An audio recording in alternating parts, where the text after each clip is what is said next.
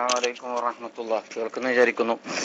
ഉസ്താദ്, ഇവിടെ പിന്നെ കുടിക്കാൻ ഉണ്ടാക്കിയ വെള്ളം, കുടിക്കാൻ വേണ്ടി മാത്രം വഖഫ് ചെയ്ത വെള്ളം കൊണ്ടുപോകാൻ പാടില്ല എന്ന് പറഞ്ഞപ്പോൾ എനിക്കുള്ള സംശയം, ഞാൻ ഉംറയ്ക്ക് വന്നപ്പോഴൊക്കെ സൗദിയിൽ അവിടെ ഭക്ഷണം കഴിക്കാൻ ഹോട്ടലിൽ കയറിയ അവസരത്തിൽ വെള്ളം ഇവിടുത്തെ പോലെ വെള്ളം ചോദിച്ചു പോകാൻ ഇവിടെ വെള്ളമൊന്നും കിട്ടൂല, വെള്ളമാണെങ്കിൽ പ്രത്യേകിച്ച് ബോട്ടിൽ വാങ്ങണം, പൈസക്ക് വാങ്ങണം എന്നാണ്.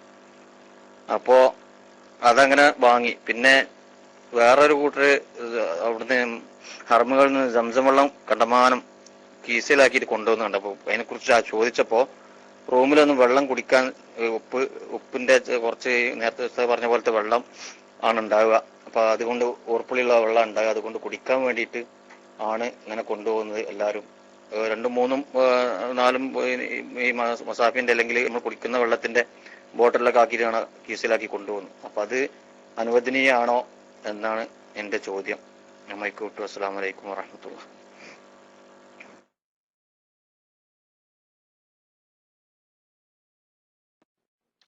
വഅലൈക്കും അസ്സലാം വറഹ്മത്തുള്ളാഹി. വെള്ളം ബോട്ടിലുകളിലോ മറ്റോ ശേഖരിച്ച് കൊണ്ടുപോകാൻ വേണ്ടി സൗകര്യം ചെയ്തു വെച്ച സ്ഥലം ഉണ്ട്.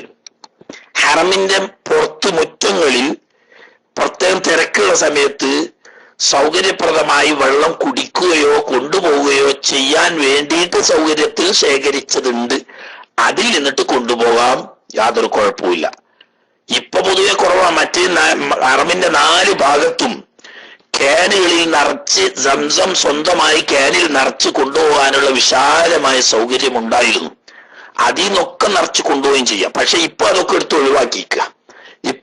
ഒഴിവാക്കിയിട്ട് കുദായിൽ പ്രത്യേകമായ ഒരു ഫാക്ടറി അത് ശുദ്ധി ചെയ്ത് അവിടെ ബോട്ടിൽ നിറച്ച് കൊടുക്കുകയാണെങ്കിൽ 10 ലിറ്ററുടെ ബോട്ടിലുണ്ടല്ലോ, അതുകൊണ്ട് പുറത്തിങ്ങനെ യഥേഷ്ടം പിടിച്ചു കൊണ്ടുപോകാൻ സൗകര്യമില്ലെങ്കിലും കുപ്പികളിലോ കീസുകളിലോ ഒക്കെ ശേഖരിച്ച് കൊണ്ടുവരാൻ വേണ്ടി ഹറമിന്റെ മുറ്റങ്ങളിൽ പ്രത്യേകം വലിയ സ്റ്റീലിന്റെ വലിയ ഡബ്ബ പോലത്തെ വലിയതാക്കിയിട്ട് അതിൽ നിന്ന് വെള്ളം എടുത്തു കൊണ്ടുപോകാൻ സൗകര്യമുണ്ട്. അങ്ങനത്തെ കൊണ്ടുപോകാം.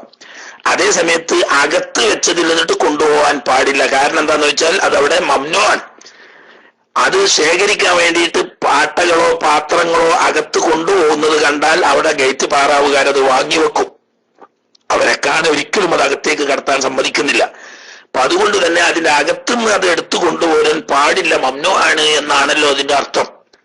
എന്നാൽ വെള്ളം ഇങ്ങനെ കുപ്പിയിലോ പാത്രങ്ങളിലോ ശേഖരിച്ച് കൊണ്ടുവരാൻ അനുവദിക്കപ്പെട്ട സ്ഥലങ്ങളുണ്ട്. അത്തരം സ്ഥലങ്ങളിൽ നിന്നിട്ട് എടുത്തു കൊണ്ടുവരികയും ചെയ്യാം.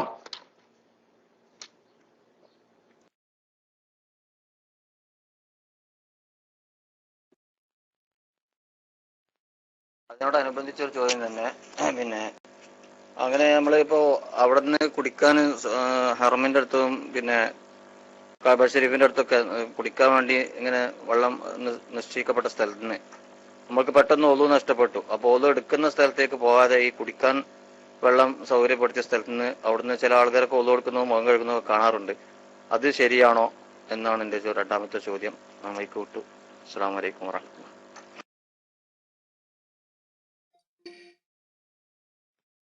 അങ്ങനെ ചോദ്യമില്ലല്ലോ. അത് ആദ്യം തന്നെ അതല്ലേ ഇപ്പൊ നമ്മൾ ആകെ ഓതിയത്. അത് ഹറാമാണ്. കുടിക്കാൻ വേണ്ടി മാത്രം, അതന്നെ അവിടെ നിന്ന് കുടിക്കാൻ വേണ്ടി മാത്രം ശേഖരിച്ച് വെച്ച് ബോർഡ് വെച്ച വെള്ളത്തിൽ നിന്നും വുദൂ ചെയ്യൽ ഹറാമാണ്, കടുത്ത ഹറാമാണ്. നിസ്കാരം സഹിയാവും, അത് വേറെ വിഷയമാണ്. നിസ്കാരം സഹിയാവും, പക്ഷെ ചെയ്ത വുദൂ ഹറാമാണ്. കാരണം കുടിക്കാൻ വേണ്ടി മുസബ്ബലായ വെള്ളത്തിൽ നിന്ന് വുദൂ ചെയ്യുക എന്ന് പറയുന്നത് ഹറാമാണ്. ആ ചെയ്തതിന് അള്ളാഹിനോട് തൗബ ചെയ്യണം, അല്ലെങ്കിൽ കുറ്റുണ്ടാവും. എന്നാൽ തൊഹൂറായ വെള്ളം കൊണ്ട് വുദൂ ചെയ്താൽ വുദൂ സഹിയാവും. അതിപ്പോ ആരാന്റെ ഒരു കുടിക്കാൻ വേണ്ടിയിട്ട് അയാള് വീട്ടിൽ കൊണ്ടുവച്ച് നമ്മൾ മെല്ലെ പോയിട്ട് കട്ടെടുത്തിട്ട് അതുകൊണ്ട് കൊടുത്താലും വുദൂ സഹിയാവുമല്ലോ. പക്ഷെ ആരാന്റെ വെള്ളം കട്ടെടുത്തതിന്റെ കുറ്റുണ്ടാവും, അത് തൗബ ചെയ്യേണ്ടി വരും, അല്ലെങ്കിൽ അവരോട് പൊരുത്തപ്പെടിക്കേണ്ടി വരും. എന്നതുപോലെയാണ് കുടിക്കാൻ വേണ്ടി മാത്രം വെച്ച വെള്ളം, അതുകൊണ്ട് വുദൂ എടുക്കൽ ഹറാമാവുന്നു, കുറ്റം കിട്ടും. അള്ളാഹിനോട് തൗബ ചെയ്യൽ വുജൂബാണ്. എന്നാ നിസ്കാരം സഹിയാവും. ഓക്കെ.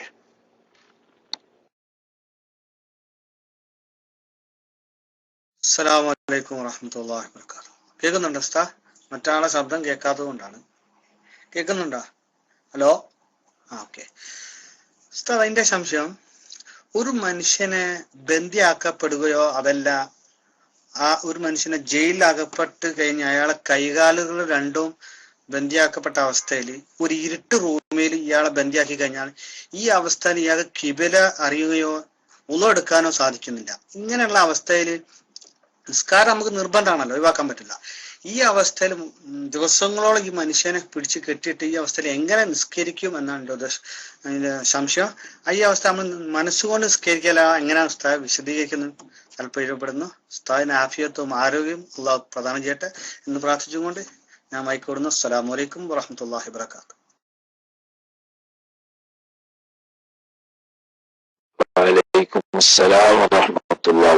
അങ്ങനെയുള്ള മുസീബത്തുകളിലൊന്നും പെടാതെ നമ്മളെല്ലാവരെയും കാത്തു രക്ഷിക്കട്ടെ എന്ന് ദുആ ചെയ്യാം. അങ്ങനൊരു സാഹചര്യം വന്നാൽ രാവോ പകലോ അതും അറിയില്ല, എങ്ങോട്ടാണ് ഖിബല എന്നും അറിയില്ല. അങ്ങനെയുള്ള ചില അണ്ടർഗ്രൗണ്ട് ജയിലുകളിൽ ഉണ്ട് ഇവിടെയൊക്കെ. വല്ല ഭീകരവാദ കുറ്റമോ കടുത്ത മയക്കുമരുന്നിന്റെയോ അതുപോലെയുള്ള വലിയ ഗുരുതരമായ തെറ്റുകളുടെ മേൽ പിടിക്കപ്പെടുന്ന ആളുകളെ അത്തരം അണ്ടർഗ്രൗണ്ട് ജയിലുകളിൽ കൊണ്ടുപോയി വെക്കുന്നുണ്ട്. അവിടെ രാവോ പകലോ ഒന്നും അറിയില്ല, വക്ത് എത്രയായി എന്നും അറിയില്ല, ഏതാണ് ഭാഗം എന്നും അറിയില്ല. അങ്ങനെയുള്ള സാഹചര്യത്തിൽ യുസല്ലി കൈഫമാ അംകനാന, സാധിക്കുന്നത് എങ്ങനെ പരമാവധി അങ്ങനെ നിസ്കരിക്കുക. അതായത് തയമ്മം ചെയ്യാൻ പറ്റുമെങ്കിൽ വുളൂ ചെയ്യാൻ പറ്റുമെങ്കിൽ വുളൂ ചെയ്യാം. എന്നിട്ട് സമയം ഏകദേശം ഇജ്തിഹാദ് ചെയ്തിട്ട് വല്ല ദിക്ർ കൊണ്ടോ സ്വലാത്ത് കൊണ്ടോ തുടങ്ങി എന്തെങ്കിലും ഒരു ലക്ഷണം കൊണ്ട് ഏകദേശം ഒരു ഗവേഷണം ചെയ്ത് സമയമായിട്ടുണ്ടാവും എന്ന ധാരണ പ്രകാരം നിസ്കരിക്കുക. ഖിബ്ലയുടെ കാര്യത്തിലും സാധിക്കുന്ന രീതിയിൽ ഇജ്തിഹാദ് ചെയ്യുക, അനുമാനങ്ങളുടെ അടിസ്ഥാനത്തിൽ ഇജ്തിഹാദ് ചെയ്യുക. അങ്ങനെ റുകൂഉം സുജൂദും ചെയ്തുകൊണ്ട് നിസ്കരിക്കാൻ പറ്റുമെങ്കിൽ അങ്ങനെ നിസ്കരിക്കുക. അതിനും പറ്റാത്ത അവസ്ഥയിലാണെങ്കിൽ ഇശാറത്ത് കൊണ്ട് നിസ്കരിക്കുക. ഖൽബിൽ മാത്രം നടത്തിയാൽ പോരാ. റുകൂഉം സുജൂദും ചെയ്യാൻ കഴിയുന്നില്ലെങ്കിൽ തല കൊണ്ട് റുകൂഇലേക്കും സുജൂദിലേക്കും ഇശാറത്ത് ചെയ്തുകൊണ്ട് നിസ്കരിക്കുക. ഇങ്ങനെ നിസ്കരിച്ചാൽ അവനോട് ലാ യുകല്ലിഫുല്ലാഹു നഫ്സൻ ഇല്ലാ വസ്അഹാ, അവനവനോട് ആവുന്നതേ അല്ലാഹു തആല തക്ലീഫ് ചെയ്യുകയുള്ളൂ. അവന് നിസ്കരിച്ച് കടമ വീടും, നിസ്കരിച്ചതിന്റെ കൂലി കിട്ടും, ഒക്കെ ചെയ്യും. പക്ഷെ ആവുന്ന കാര്യങ്ങളിൽ വീഴ്ച വരുത്താൻ പാടില്ല. അത് പ്രത്യേകം ശ്രദ്ധിക്കുക. വുളൂ ചെയ്യാൻ പറ്റുന്ന സാഹചര്യം ഉണ്ടെങ്കിൽ വുളൂ ചെയ്യുക തന്നെ വേണം. വുളൂ ചെയ്യാൻ പറ്റുന്നില്ല, തയമ്മമേ ചെയ്യാൻ പറ്റൂ, എന്നാൽ തയമ്മം ചെയ്യാം. അപ്പൊ നമ്മളെ മദ്ഹബ് അനുസരിച്ച് പറ്റൂലെങ്കിൽ വേറെ മദ്ഹബ് അനുസരിച്ച് ചെയ്യാം. ഉദാഹരണം പറഞ്ഞാൽ പൊടിയുള്ള മണ്ണ് തന്നെ വേണം ഷാഫി മദ്ഹബ് അനുസരിച്ച്. അതില്ല. എന്നാൽ ഭൂമിയുടെ ഇനത്തിൽപ്പെട്ട എന്തായാലും അതിപ്പോ ഉദാഹരണം മാർബിളാണ് അല്ലെങ്കിൽ ഗ്രാനൈറ്റ് ആണ് റൂം ഒന്നായിട്ട്, എന്നാലും മതി. അതിന് പൊടിയൊന്നും ആണില്ല. മാർബിളും ഗ്രാനൈറ്റും എന്നൊക്കെ പറയുന്നത് ഭൂമിന്റെ ഇനത്തിൽപ്പെട്ടത് തന്നെ. അങ്ങനെ ഭൂമിന്റെ ഇനത്തിൽപ്പെട്ട ഒരു വസ്തുവിൽ അടിച്ചിട്ട് തയമ്മം ചെയ്താൽ മതി. അങ്ങനെ വുദൂഓ അല്ലെങ്കിൽ തയമ്മമോ ചെയ്തുകൊണ്ട് നിസ്കരിക്കുക. ഖിബ്ലയുടെ കാര്യത്തിലും വഖത്തിന്റെ കാര്യത്തിലും ആകുന്ന നിലക്ക് ഇജ്തിഹാദ് ചെയ്യാം. എന്നിട്ട് റുകൂഉം സുജൂദും ചെയ്ത് പൂർത്തിയാക്കാൻ പറ്റുന്ന സാഹചര്യം ഉണ്ടെങ്കിൽ അങ്ങനെ ചെയ്യുക, ഇല്ലെങ്കിൽ ഇശാറത്ത് കൊണ്ട് ചെയ്യുക. ഓക്കെ. അല്ലാഹുതആല അങ്ങനെയുള്ള മശക്കത്തിൽ കുടുക്കിൽ കുടുങ്ങാതെ അല്ലാഹുതആല മരണം വരെ നമ്മളെല്ലാവരെയും കാത്ത് രക്ഷിക്കുമാറാകട്ടെ എന്ന് ദുആ ചെയ്യണം. ജയിലാണെങ്കിലും പലർക്കും പല കോലത്തിലാണ്. നമ്മളൊരു സുഹൃത്ത് ഏകദേശം ഒരു മാസത്തോളം ഇവിടെ തലസ്ഥാനത്ത് വെറുതെ തെറ്റിദ്ധാരണയുടെ പേരിൽ വിളിപ്പിക്കപ്പെടുകയും അങ്ങനെ ഒരു ഇരുട്ടറ ജയിലിൽ കുടുങ്ങുകയും ചെയ്ത അനുഭവമുണ്ട്. അല്ലാഹു തആല അങ്ങനെയുള്ള ആഫത്തുകളിലൊന്നും കുടുങ്ങാതെ അല്ലാഹു തആല സലാമത്താക്കി തരുമാറാകട്ടെ. കൂട്ടത്തിൽ പറയാ, ശത്രുക്കളായ വഹാബികൾ നിരന്തരം ഒറ്റുകൊടുത്തുകൊണ്ട് സാധുവായ ഞാനും തന്നെ ഒരു മാസം 11 ദിവസം പോലീസിന്റെ ലോക്കപ്പിലും ബാക്കി 19 ദിവസം ജയിലുമായിട്ട് കൃത്യം ഒരു മാസം ജയിലിൽ ജീവിച്ച് പഠിച്ച മനുഷ്യനാണ്. അൽഹംദുലില്ലാഹ്. അല്ലാഹു സുബ്ഹാനഹു വ തആല ജീവിതത്തിൽ ഓരോ അനുഭവങ്ങൾ തരികയാണ്. വളരെ സന്തോഷം, വളരെ സന്തോഷം എന്ന് പറഞ്ഞാൽ എന്റെ ജീവിതം തന്നെ ഒന്ന് മാറ്റി യഥാർത്ഥ ഒരു മനുഷ്യനായത് അന്ന. പക്ഷേ അള്ളാഹുവിന്റെ നിഅമത്തും ഫضലും ഔദാര്യവും സുന്നത്ത് ജമാഅത്തിന് വേണ്ടി പ്രവർത്തിച്ചു എന്ന ഒറ്റ കാരണം കൊണ്ടാട്ടോ, വേറൊരു കാരണം കൊണ്ടുമല്ല. സുന്നത്ത് ജമാഅത്തിന് വേണ്ടി പ്രവർത്തിച്ചു എന്ന കാരണം കൊണ്ട്. അതുകൊണ്ട് തന്നെ അതിന്റെ ബറക്കത്ത് കണ്ടു. പോലീസ് സ്റ്റേഷൻ മുതൽക്ക് എല്ലാ സൗകര്യവും വുളു എടുക്കാനും ജമാഅത്തായിട്ട് നിസ്കരിക്കാനും മറ്റെല്ലാ സൗകര്യങ്ങളും പോലീസുകാർ, ഉത്തരവാദപ്പെട്ട ആളുകൾ, ജീവിതത്തിൽ ഒരിക്കലും ഉണ്ടായിട്ട് കാണാത്ത മനുഷ്യന്മാര് ആണല്ലോ അവര് വരെ എന്തൊരു ദയയില് ആമം വെച്ചപ്പുറം കൊണ്ടുപോകണം എന്ന് ഒരുത്തം പറഞ്ഞാൽ വേണ്ട, അയാൾ ആമം വെക്കേണ്ട ആള് നല്ല ആളാണ്, മുത്തവയാണ് ഞാൻ.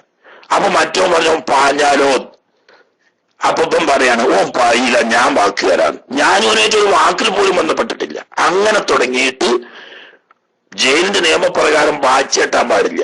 വാച്ച്മാനായ പോലീസുകാരൻ ചിരിച്ചുകൊണ്ട് പറഞ്ഞു, ഇവിടത്തെ നിവാം അനുസരിച്ച് വാച്ച് കെട്ടാൻ പാടില്ല. അപ്പൊ എന്റെ കയ്യിൽ വാച്ചുണ്ട്. എന്നിട്ട് ദേഷ്യം പിടിച്ച് പറഞ്ഞിട്ട് പോണില്ല, ഇവിടുത്തെ നിവാം അനുസരിച്ച് ജയിലിന്റെ ഉള്ളിൽ വാച്ച് ഉപയോഗിക്കാൻ പാടില്ല എന്ന് പറഞ്ഞപ്പോ അയാളെ മാന്യമായി പറയുമ്പോൾ ഞാൻ കൈ വന്ന് വെച്ചിട്ട് എന്റെ പോക്കറ്റിലിട്ട്. അങ്ങനെ എല്ലാ നിലക്കും വളരെ നിയമത്ത് കിട്ടി. അതെന്താ? ദീനിന്റെ വർക്കത്ത് കൊണ്ടാണെന്നാണ് ഞാൻ മനസ്സിലാക്കണം. സുന്നത്ത് ജമാഅത്തിന് ഖിദ്മത്ത് ചെയ്തു എന്ന ഒരൊറ്റ കാരണം കൊണ്ട്. മനസ്സിലായല്ലേ? നമ്മളെ മർക്കസ് സഖാഫത്ത് സുന്നിയക്ക് പിരിവെടുത്തു എന്നും ബദർ മൗലിദ് കഴിച്ചു എന്നും സ്വലാത്ത് ഹൽക്ക സംഘടിപ്പിച്ചു എന്നും ഉള്ള കേസ് കൊടുത്തുകൊണ്ടായിരുന്നു. അൽഹംദുലില്ലാഹ് അല്ലാഹു തആല നിഅമത്ത് ചെയ്തിട്ട് മഹാന്മാരുടെ ഒക്കെ ബർക്കത്ത് കൊണ്ട് യാതൊരു വിഷമവും ഇല്ലാതെ സന്തോഷമായി. മനസ്സിലായില്ലേ? അപ്പൊ അല്ലാഹു സുബ്ഹാനഹു വ തആല എനിക്ക് അങ്ങനെ ഒരു മാസം പോലീസിന്റെ ലോക്കപ്പിലും ജയിലിലും ഒക്കെ ആയെങ്കിലും ആഴ്ചയിൽ സാധാരണ ഞാൻ വിളിക്കുന്ന നാട്ടിൽ വിളിക്കുന്ന ടെലിഫോൺ വരെ ആ പോലീസുകാരെ മുന്നിൽ വെച്ച് അവരുടെ സമ്മതത്തോടു കൂടി വിളിക്കാൻ അനുവാദം കിട്ടിയിട്ടുണ്ട്. എന്നാൽ അങ്ങനെയല്ല. എന്റെ ഒരു സുഹൃത്തിന്റെ അനുഭവം പറയാം. അദ്ദേഹം നല്ലൊരു സുന്നത്ത് ജമാഅത്തിന്റെ പ്രവർത്തകനാണ്. ആരോ ഭീകരവാദത്തിന്റെ ഒറ്റ കൊടുത്തതിന്റെ പേരിൽ ഒരു മാസക്കാലം അദ്ദേഹം അണ്ടർഗ്രൗണ്ട് ജയിലിൽ കുടുങ്ങി. അപ്പൊ രാവേതാണ്, പകലേതാണ്, കിഴക്കേതാണ്, പടിഞ്ഞാറേതാണ് ഒന്നും അറിയില്ല. വെള്ളമൊക്കെ കിട്ടും കൊടുക്കാൻ. പക്ഷെ കാലാവസ്ഥയോ സമയമോ ദിക്കോ ഒന്നും അറിയില്ല. പക്ഷെ അദ്ദേഹം നല്ലൊരു ദീനിയായ മനുഷ്യനാണ്. അദ്ദേഹം നിസ്കാരവും കാര്യങ്ങളൊക്കെ പൂർത്തിയാക്കി. അപ്പൊ അങ്ങനെയുള്ള ഒരു അവസ്ഥ, ബുദ്ധിമുട്ട് വരാതെ അല്ലാഹു തആല നമ്മളെ കാക്കട്ടെ. വന്നാൽ സാധിക്കുന്നത് പോലെ കൈഫമാംകന, എങ്ങനെയാണോ സൗകര്യപ്പെടുന്നത് ആ സൗകര്യപ്പെടുന്നത് പോലെയൊക്കെ പരമാവധി നിസ്കരിക്കേണ്ടതാണ്. കാരണം ബുദ്ധി നിലനിൽക്കുന്ന കാലത്തോളം നിസ്കാരം ഉപേക്ഷിക്കാൻ വകുപ്പില്ല.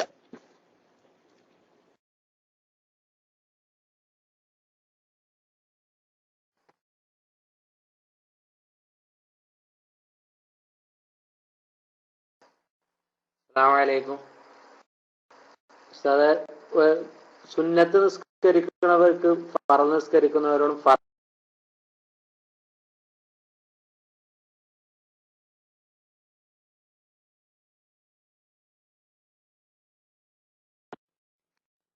അദ്ദേഹം എന്താ ഡിസി ആയതാന്ന് തോന്നുന്നു. ചോദിക്കുന്നതിന്റെ ഇടയിൽ ആളെന്നെ പോയി വേറെ ആളെടുത്തോളി. അതാണ് നെറ്റിന്റെ കളിയാണ്.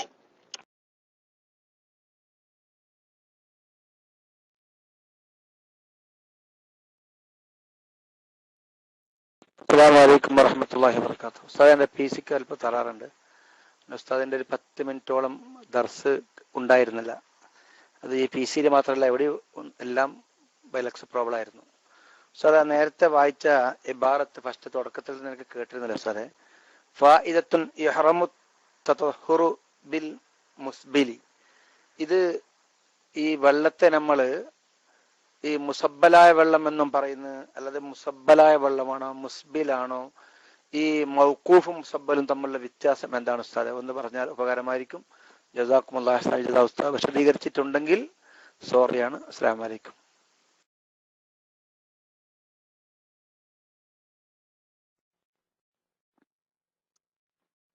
അത് ചെറിയ തോതിൽ വിശദീകരിച്ചിരുന്നു. നിങ്ങൾക്ക് കേട്ടില്ല എന്നാണ് പറയുന്നത് അല്ലേ? ഷുറുബിന് വേണ്ടി മുസബ്ബലായിട്ട് സെബീലാക്കപ്പെട്ടതാ. മനസ്സിലായില്ലേ? സെബീലാക്കപ്പെട്ടതാ, മുസ്ബിലല്ല. അസ്ബല യുസ്ബിലു അല്ല, സബ്ബല യുസബ്ബിലു ആണ്. മുസബ്ബൽ എന്ന് പറഞ്ഞാൽ സെബീലാക്കപ്പെട്ടത്. സെബീലാക്കപ്പെട്ടത് എന്ന് പറഞ്ഞാൽ നമ്മക്ക് ഇവിടെ അറബി നാടുകളിൽ ജീവിക്കുന്ന നമ്മൾക്ക് എല്ലാവർക്കും അറിയുന്നതാണല്ലോ. ഒരു സബീൽ സബീൽ സബീൽ എന്ന് പറഞ്ഞാൽ പൊതുവായ ദാനങ്ങൾക്കാണ് സബീൽ എന്ന് പറയുന്നത്. അങ്ങനെ സബീലാക്കപ്പെട്ടതിനാണ് മുസബ്ബല് എന്ന് പറയുന്നത്. മുസ്ബില് എന്ന് പറഞ്ഞാല് നെര്യാണിക്കതായ താത്തി കൊടുക്കുന്നതിനാണ് മുസ്ബില് അറിയാം. മനസ്സിലായില്ലേ? മുസബ്ബൽ ആണ്, സബീലാക്കപ്പെട്ടത്. വഖഫ് എന്ന് പറഞ്ഞാൽ മുഅയ്യനാണ്, തയ്യൻ ചെയ്തപ്പെട്ട സദഖ തന്നെയാണെങ്കിലും വഖഫിന് ചില പ്രത്യേക നിയമങ്ങളിലൂടെ വഖഫ് ചെയ്യാൻ പറ്റുന്ന സാധനമുണ്ട്, വഖഫ് ചെയ്യാൻ പറ്റാത്തതുണ്ടല്ലോ. എന്നാൽ സബീൽ സദഖ ചെയ്യാൻ പറ്റുന്നതെല്ലാം സബീലാക്കാം, വഖഫ് ചെയ്യാൻ പറ്റുന്നതും വഖഫ് ചെയ്യാൻ പറ്റാത്തതും. അപ്പൊ ആമോ ഹൗസ് തമ്മിലുള്ള ബന്ധം ശരിയായില്ലേ? ഈ വുളൂ ചെയ്യാൻ വേണ്ടിയിട്ട് വെക്കുന്ന വെള്ളം മൗഖൂഫ് എന്ന് പറയുന്നത് കുളം, കിണറ് പോലെയുള്ളത് വഖഫ് ചെയ്യണം, അപ്പോഴേ വഖഫ് എന്ന് പറയാൻ പറ്റുള്ളൂ. അല്ലെങ്കിൽ ഒരു ഹൗദ് ഉണ്ടാക്കിയിട്ട് ആ ഹൗദിൽ വെള്ളം നിറച്ചിട്ട് അത് വഖഫാക്കണം. അതേ സമയത്ത് സ്വതക്കയാക്കപ്പെട്ട് പൊതു ആവശ്യത്തിന് വേണ്ടി സബീലായിട്ട് ചെയ്യുന്നതൊക്കെ മുസബ്ബൽ എന്ന് പറയും. അത് റൊട്ടിയും വസ്തുക്കളും സബീൽ കൊടുക്കുന്നവരുണ്ട്, അല്ലാത്ത ഭക്ഷ്യസാധനങ്ങൾ സബീൽ കൊടുക്കുന്നവരുണ്ട്, വെള്ളം സബീൽ കൊടുക്കുന്നവരുണ്ട്. അങ്ങനെ വെള്ളം സബീൽ കൊടുത്ത കിണർ കുഴിച്ചിട്ടും ആക്കാം, അല്ലാതെയും ആക്കാം, കുളം കുഴിച്ചിട്ടും ആക്കാം, അല്ലാതെയും ആക്കാം, ഹൗന്നെടുത്തിട്ടും ആക്കാം, അല്ലാതെയും ആക്കാം, ഒരു വണ്ടിന്റെ ടാങ്കറിൽ കൊണ്ടുവന്ന് നിറച്ചിട്ട് ആക്കാം, അങ്ങനെ ആക്കാം, ഒക്കെ ആക്കാം. എന്നാൽ മുസബ്ബലാവുമ്പോൾ കുറച്ചുകൂടി ആയമാണ് മാത്രം.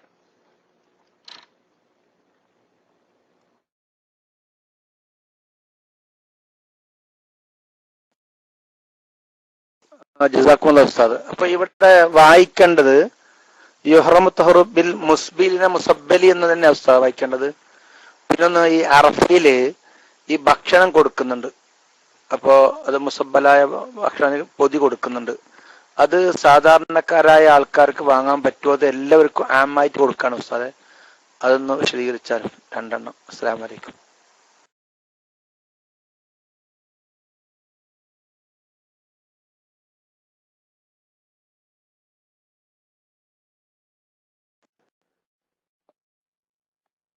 യുഹറമോന്ന് വായിച്ചോളന്നില്ല, അതങ്ങനെ ചിലപ്പോ ഒരു എഴുതിനയിൽ വലിയ കാര്യമൊന്നുമില്ല.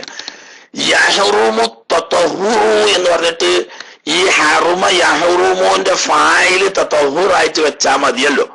ശുദ്ധീകരണം ഹറാമാവുന്ന, ശുദ്ധീകരിക്കൽ ഹറാമാകും. പിന്നെ അവിടെ മജ്ഹൂലാക്കി വായിക്കേണ്ട ആവശ്യം ഒന്നും വരുന്നില്ല. ഇത്ര വലിയ കാര്യമായിട്ടൊന്നും കൂട്ടണ്ട. ഈ അറക്കത്തിടുന്നതേ പണ്ട് മൊല്ലാക്ക മുസാഹിബ് ഉണ്ടാക്കിയ കഥ കേട്ടിട്ട് ഞങ്ങള് പണ്ട് കാലത്ത്, ഇപ്പം കുട്ടിയൊക്കൊന്നും അറിയില്ല, നമ്മളെയൊക്കെ നല്ല ചെറുപ്പകാലത്ത് മുസാഹിബ് മൊല്ലാക്ക എന്ന് പറഞ്ഞിട്ട് ഒരു കൂട്ടരുണ്ട്. എന്ന് പറഞ്ഞാൽ കിതാബും കേടും നോക്കാൻ നന്നാക്കുന്ന ഒരു ടീമാണ്. ഏറ്റവും മൊല്ലാക്കാന്ന് പറയാന്നല്ലാതെ വിവരമൊന്നും ഉണ്ടാവില്ല. അങ്ങനെ ചിലവര് പറയും നന്നാക്കി കെട്ടിത്തരണം, നന്നാക്കി കെട്ടുകാരൻ ഹത്ത തീർത്ത് കെട്ടിത്തരണം എന്ന് പറയും. എന്നാ തെറ്റും കുറ്റങ്ങളൊക്കെ. അപ്പൊ മൊല്ലാക്കാനോട് ഒരിക്കൽ മുസാഹിബ് നന്നാക്കാൻ കൊടുത്തപ്പം പറഞ്ഞ്, ഇത് നന്നാക്കൊന്നും വേണ്ടല്ലാക്ക, അങ്ങള് ഇത് ജിൽദ് നന്നാക്കി തന്നാ മതി പറഞ്ഞു. പക്ഷെ എന്നാലും മൊല്ലാക്കത് നോക്കിയപ്പം ഒരിക്കങ്ങനെ ഓതി നോക്കുമ്പം ഓ കല്ലും നില മൗലാവുന്ന. അപ്പൊ മൊല്ലാക്കാക്ക് തോന്നി ഈ കല്ലും മുള്ളൊന്നും മുസാഫിരുണ്ടാവില്ലല്ലോ, അപ്പൊ അതെന്തായാലും വാദിയാകത്താൻ എന്ന നിലക്ക് മൂപ്പരെന്താക്കി, അത് വൊമ്മിട്ട് കൊടുത്തു. കല്ല് എന്തായാലും മുസാഫിരുണ്ടാവില്ല, അപ്പൊ കുല്ലൈക്കാരം കുല്ലു നില മൗലാവുന്നാക്കി.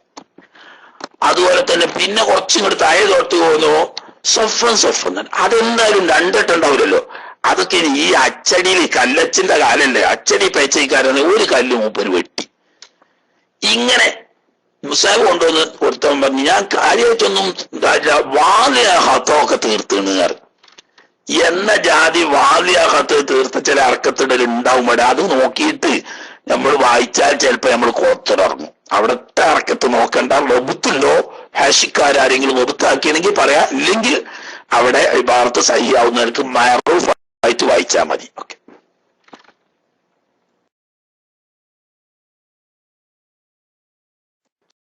മറ്റേ കൊച്ചിയിലെ ആര്യ ചോദ്യത്തിന്റെ ഉത്തരം വന്നിട്ടില്ല, മനസ്സിലായില്ലേ? ആദ്യത്തെ ചോദ്യം എന്തേനി, അറഫയില് അതുപോലെ തന്നെ മിനയില് മറ്റുമൊക്കെ കൊടുക്കുന്ന സബീല് എല്ലാവർക്കും വാങ്ങാൻ പറ്റുമോ?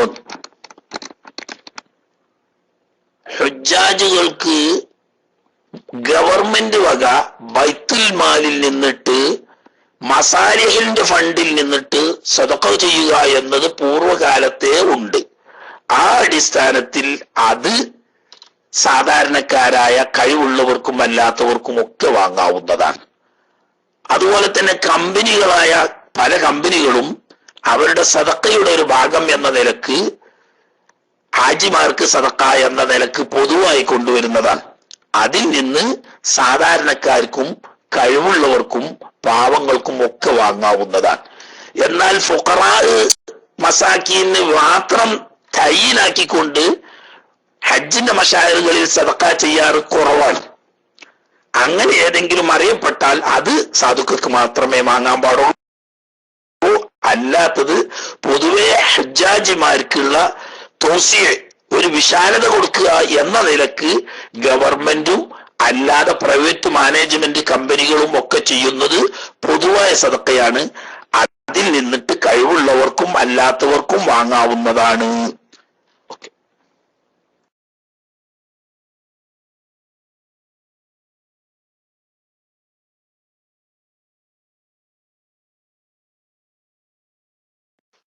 അസ്സലാമു അലൈക്കും വറഹ്മത്തുള്ളാഹി വബറകാതുഹു. ഉസ്താദ് മൈക്ക് കിട്ടുന്നില്ല. അൽഹംദുലില്ലാ. ഉസ്താദ്, എനിക്കുള്ള ഒരു സംശയം, പിന്നെ അസർ നിസ്കരിക്കാൻ വേണ്ടി വുളു എടുത്തു. അങ്ങനെ അസർ നിസ്കരിച്ച് അങ്ങനെ മഗ്‌രിബായ സമയത്ത് വുളു മുറിഞ്ഞിട്ടില്ല, സംശയമൊന്നുമില്ല. മഗ്‌രിബ് നിസ്കരിച്ച് കുറച്ച് കഴിഞ്ഞപ്പോ സംശയം തോന്നി, ഞാൻ മൂത്രമൊഴിക്കാൻ പോയോ അതിന്റെ ഇടയിൽ എന്നുള്ള, വുളു മുറിഞ്ഞോ എന്നുള്ളൊരു സംശയം തോന്നിക്കഴിഞ്ഞാല് അവിടെ എന്താ ചെയ്യേണ്ടത്? മടക്കി നിസ്കരിക്കണോ അതോ ആ സംശയത്തിന് പ്രസക്തി ഉണ്ടോ എന്ന് ഉസ്താദ് ഒന്ന് പറഞ്ഞു തന്നാൽ റാഹത്തായിരുന്നു. അസ്സലാമു അലൈക്കും വറഹ്മത്തുള്ളാഹി വബറകാതുഹു. വഅലൈക്കും അസ്സലാം വറഹ്മത്തുള്ളാഹി വബറകാതുഹു. ആ സംശയത്തിൽ തീരെ പരിഗണന ഇല്ല. ആ നിസ്കാരം സഹിയാണ്. രണ്ടാമത് വുളു ചെയ്ത് മടക്കി നിസ്കരിക്കേണ്ട യാതൊരു ആവശ്യമില്ല. എന്ന് മാത്രമല്ല, നിസ്കരിക്കുന്നതിന് മുമ്പ് തന്നെ ഉദാഹരണം അസർ നിസ്കരിച്ചു, പിന്നെ വുളു മുറിഞ്ഞെന്ന് ഉറപ്പൊന്നുമില്ല, മഗ്‌രിബായി, ചെറിയൊരു സംശയമുണ്ട് വുളു മുറിഞ്ഞിരുന്നോ ഇല്ലേന്ന്. എന്നാൽ പോലും അവിടെ മഗ്‌രിബ് നിസ്കരിക്കൽ അനുവദനീയമാണ്. രണ്ടാമത് വുളു എടുക്കൽ വുജൂബില്ല. നിസ്കരിക്കുന്നതിന് മുമ്പ് തന്നെ സംശയമുണ്ട്. കാരണം എന്താ? വുളു എടുത്തു എന്ന് ഉറപ്പുണ്ട്, മുറിഞ്ഞു എന്ന കാര്യത്തിൽ സംശയം മാത്രമാണെങ്കിൽ ഇപ്പോൾ വുളു ഉണ്ട് എന്ന നിലക്ക് നിസ്കരിക്കൽ അനുവദനീയമാണ് എന്ന് ഫുഖഹാ വ്യക്തമായി പറഞ്ഞിട്ടുണ്ട്. ചോദ്യത്തിൽ പറഞ്ഞ അങ്ങനെയല്ല. നിസ്കരിക്കുന്ന സമയത്ത് ഒരു സംശയമില്ല, വുളു ഉണ്ടെന്ന് ഉറപ്പന്നെ. അങ്ങനെ നിസ്കരിച്ചു കഴിഞ്ഞതിന് ശേഷം പിന്നീടാണ് ചെറിയൊരു സംശയം, ഇടക്ക് മൂത്രമൊഴിക്കാൻ പോയിരുന്നോ, വുളു മുറിഞ്ഞു പോയോ എന്നൊരു സംശയം. ആ സംശയം തീരെ പരിഗണിക്കേണ്ട യാതൊരു ആവശ്യമില്ല. കാരണം സംശയമില്ലാത്ത നിലക്ക് പൂർത്തിയാക്കിയ ഇബാദത്ത് കഴിഞ്ഞതിന് ശേഷം അത് മാത്തിലാവുന്ന വല്ല കാര്യങ്ങളും സംഭവിച്ചിട്ടുണ്ടാകുമോ എന്ന കേവല സംശയം പരിഗണിക്കേണ്ടതില്ല.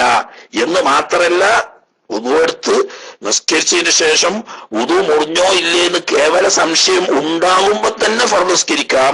അങ്ങനെ നിസ്കരിച്ചാൽ പോലും രണ്ടാമത് വുളു എടുത്ത് മടക്കേണ്ടതില്ല. നിസ്കരിക്കുമ്പോൾ സംശയമൊന്നും ഇല്ലാതെ നിസ്കരിച്ച് കഴിഞ്ഞതിന് ശേഷം പിന്നെ വന്ന സംശയത്തിന് ഇത്തിബാർ ചെയ്യേണ്ടതേ ഇല്ല. അങ്ങനെ ഇത്തിബാർ ചെയ്താൽ അത് പിന്നീട് വസ്വാസിലേക്ക് വാതിൽ വെക്കുന്നതാണ്. വസ്വാസിലേക്ക് വാതിൽ തുറക്കുന്ന ഒരു കാര്യവും ഇസ്ലാം പ്രോത്സാഹിപ്പിക്കുന്നില്ല. ഓക്കെ, ശുക്രാൻ.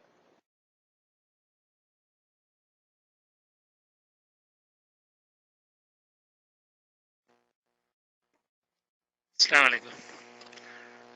കേൾക്കുന്നുണ്ടെന്ന് വിചാരിക്കുന്നു. കേൾക്കുന്നുണ്ടല്ലോ. ഹലോ,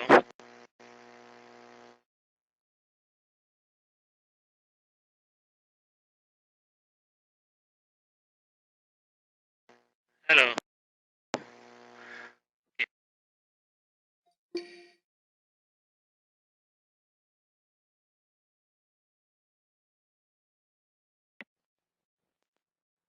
നിങ്ങൾ മൈക്കെടുത്ത് പറഞ്ഞോളൂ. ഈ ശബ്ദം കുറച്ച് കുറവുണ്ടെന്നുള്ളൂ, കേൾക്കുന്നുണ്ട്. കുറച്ചൊരു കുറവുണ്ട് ശബ്ദം, എന്നാലും കേൾക്കുന്നുണ്ട്. പറഞ്ഞോളൂ.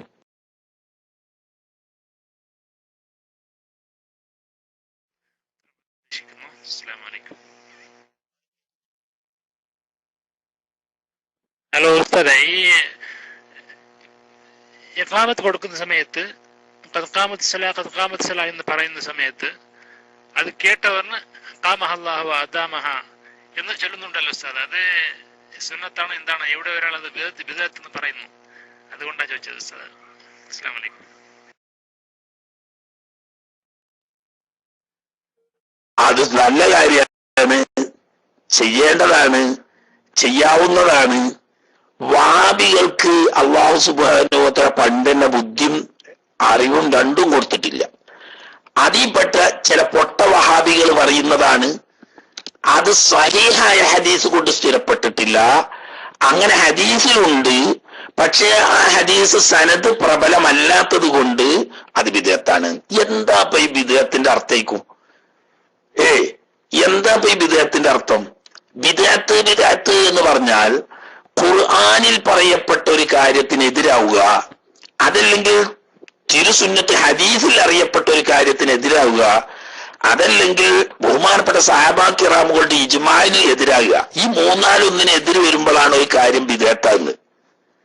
മനസ്സിലായില്ലേ?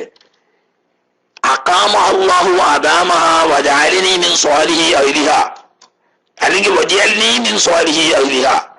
അല്ലാഹു തആല ഈ നിസ്കാരത്തെ എന്നെന്നും നിലനിർത്തുകയും നിത്യമാക്കുകയും ചെയ്യുമാറാകട്ടെ. വജഅലനി, എന്നെ അവൻ ഉൾപ്പെടുത്തുകയും ചെയ്യട്ടെ, മിൻ സ്വാലിഹി അഹ്ലിഹ, നല്ല നിലക്ക് നിസ്കാരം നിർവഹിക്കുന്നവരിൽ എന്നാണ് പറയുന്നതിന്റെ അർത്ഥം. ഈ നിസ്കാരത്തെ അല്ലാഹു തആല നിത്യമാക്കുകയും നിലനിർത്തുകയും ചെയ്യട്ടെ, എന്നെ നിസ്കാരത്തെ നല്ല നിലക്ക് നിലനിർത്തുന്നവരിൽ അല്ലാഹു ഉൾപ്പെടുത്തുമാറാകട്ടെ എന്നൊരു ദുആ ആണ്. അത് പാടില്ല എന്ന് ഖുർആനിൽ പറഞ്ഞിട്ടില്ല, ഹദീസിലും പറഞ്ഞിട്ടില്ല, സഹാബാക്കൾ ഇജ്മാഅ് കൊണ്ട് അവരും പറഞ്ഞിട്ടില്ല. അതുകൊണ്ട് ബിദ്അത്തല്ല. ബിദ്അത്താണെങ്കിൽ മൂന്നാലൊന്നാണ്, ഖുർആന്റെ എതിര്, അല്ലെങ്കിൽ ഹദീസിന്റെ എതിര്, അല്ലെങ്കിൽ സഹാബത്തിന്റെ അസറിന്റെ എതിര്. അതല്ല. പിന്നെ എന്താ, ഒരു കാര്യം സുന്നത്താവണമെങ്കിൽ അത് ഖുർആൻ കൊണ്ട് സ്ഥിരപ്പെട്ടോളം എന്ന് നിർബന്ധമില്ല. ഖുർആൻ കൊണ്ടാവാം, ചിലപ്പോൾ ഹദീസ് കൊണ്ടാവാം. ഫളായിലുൽ അമാലിൽ വഈഫായ ഹദീസിൽ വന്നാലും അമൽ ചെയ്യാം.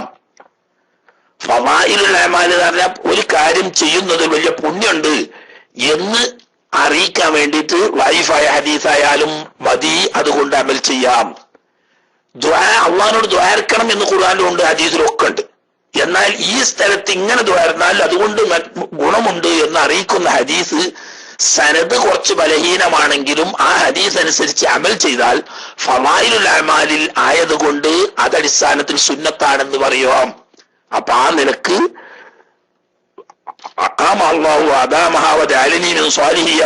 എന്ന ദുആ അള്ളാഹുവിനോട് ചെയ്യുന്ന ദുആ ആണ്. ആ ദുആ അള്ളാഹുവും റസൂലും വിരോധിച്ച സ്ഥലം അല്ല, അതുകൊണ്ട് അത് ബിദ്അത്തല്ല. എന്നാൽ വഈഫായ ഹദീസിൽ സ്ഥിരപ്പെട്ടതായതുകൊണ്ട് പുണ്യത്തിനു വേണ്ടി അതനുസരിച്ച് അമൽ ചെയ്യാം. ഓക്കെ. വഹാബിക്കൈന് എന്താ ബിദ്അത്ത് എന്നറിയോ? റസൂല് ചെയ്യാത്തത്, റസൂല് ചെയ്ത ഓല് ചെയ്യണമൊക്കെ, ഓല് ചെയ്യണമൊക്കെ ഓക്കെ. പണ്ട് കാരണോര് പറഞ്ഞില്ലേ, ഒരു തറവാട്ടുകാരനോര് വീട്ടിൽ നിന്ന് ഇങ്ങനെ വരുമ്പോ, വീട്ടിൽ നിന്ന് ഇങ്ങനെ കയറി വരുമ്പോ വീട്ടിൽ നിന്നുണ്ട് ഒരു പിച്ചക്കാരൻ ഇറങ്ങി പോന്നു. താൻ എവിടെയാണോ? ഞാനിങ്ങനെ ഭിക്ഷയാചിക്കാൻ വന്നതായിരുന്നു യജമാനിയാണ്. എന്നിട്ട് ഇവിടെ ഒന്നും ഭിക്ഷ തരാനില്ല എന്ന് വീട്ടുകാർ പറഞ്ഞു. ആരാണത് അത് പറയാൻ? താൻ വാന്ന്. അവനെ കാരണോർ കാര്യമായിട്ട് എന്തെങ്കിലും കിട്ടുന്നില്ല. ഭിക്ഷക്കാരൻ പോയി ചെന്ന് കാരണോർ മൂപ്പര പൂമുഖത്ത് കയറി ചാരു കസേരയിൽ ഇരുന്നു. എന്നിട്ട് ചോദിച്ചു, താൻ എന്തിനു വന്നാണോ ചോദിച്ചു. ഞാൻ ഭിക്ഷയാചിക്കാൻ വന്ന യജമാനിയായിരുന്നു, ഇവിടെ ഭിക്ഷയൊന്നും തരാനില്ല. അപ്പൊ ഇത് നേരത്തെ ഒരു അത് ഉണ്ടെന്നും ഇല്ലെന്നും ഇവിടെ പറയാൻ അധികാരം എനിക്കാണ്, ഞാനാണ് ഇവിടെ തറവാട്ടുകാരനവര് എന്നേക്കാ വഹാബി. ഓലാണ് എന്നാ സുന്നത്ത് എന്ന് ബിദഅത്ത് എന്ന് പറയാൻ ഓർക്ക് അധികാരം, ബാക്കിയുള്ളവർക്കൊന്നുമില്ല. ഈ ഓല് ചെയ്യുന്ന ഒക്കെ സുന്നത്താ. ഓല് എന്ത് ചെയ്താൽ ഇപ്പൊ ഇവിടെ നിങ്ങൾ നോക്കി അറമില് റമദാൻ മാസം കെട്ടായാലും ഒടൂര 10 ഖിയാമുൽ ലൈലി എന്ന് പറഞ്ഞിട്ട് ഒരു നിക്കാറുണ്ട് ഈ സാധുക്കൾക്ക്. 8 റക്അത്ത് ഒരു നീണ്ട നിക്കാരം, ചിലർ 11 നിൽക്കിയിരിക്കും. ഇങ്ങനൊരു ജമാഅത്ത് സലാത്തുൽ ഖിയാമ സബഖുമുല്ലാഹ് എന്നതിന് വിളിച്ചു പറയുകയും ചെയ്യും. ഇങ്ങനെ നബി സല്ലല്ലാഹു അലൈഹി വസല്ലം തങ്ങൾ വിളിച്ചറിഞ്ഞോ, ഖുലഫാഉർ റാഷിദീങ്ങൾ വിളിച്ചറിഞ്ഞോ, സഹാബത്തോ താബീങ്ങളോ താബീങ്ങളോ വിളിച്ചറിഞ്ഞോ? ഇല്ല. ഓരങ്ങനെ പ്രത്യേകമായിട്ട് ഒടുവിലെ 10 മാത്രം ഒരു 8ഉം 3ഉം 11 റക്അത്ത് പ്രത്യേകം നിസ്കരിച്ചണോ? ഇല്ല. വേറെന്താ തെളിവ്? അതാസുഅലുസൂന്നവര് അതാസുഅലുസൂ ചോദിക്കാൻ പാടില്ല. ഓര് ചെയ്യണതിനൊന്നും തെളിവ് വേണ്ട, ഒക്കെ സുന്നത്ത്. നമ്മൾ ചെയ്യണതിന് ഈ ഖുർആൻ ഉണ്ടായാലും പോരാ, സുന്നത്ത് ഉണ്ടായാലും പോരാ, ഇജ്മാ ഉണ്ടായാലും പോരാ, ഖിയാസ് ഉണ്ടായാലും പോരാ, നമ്മൾ പോയി പണി നോക്കാൻ പറയും.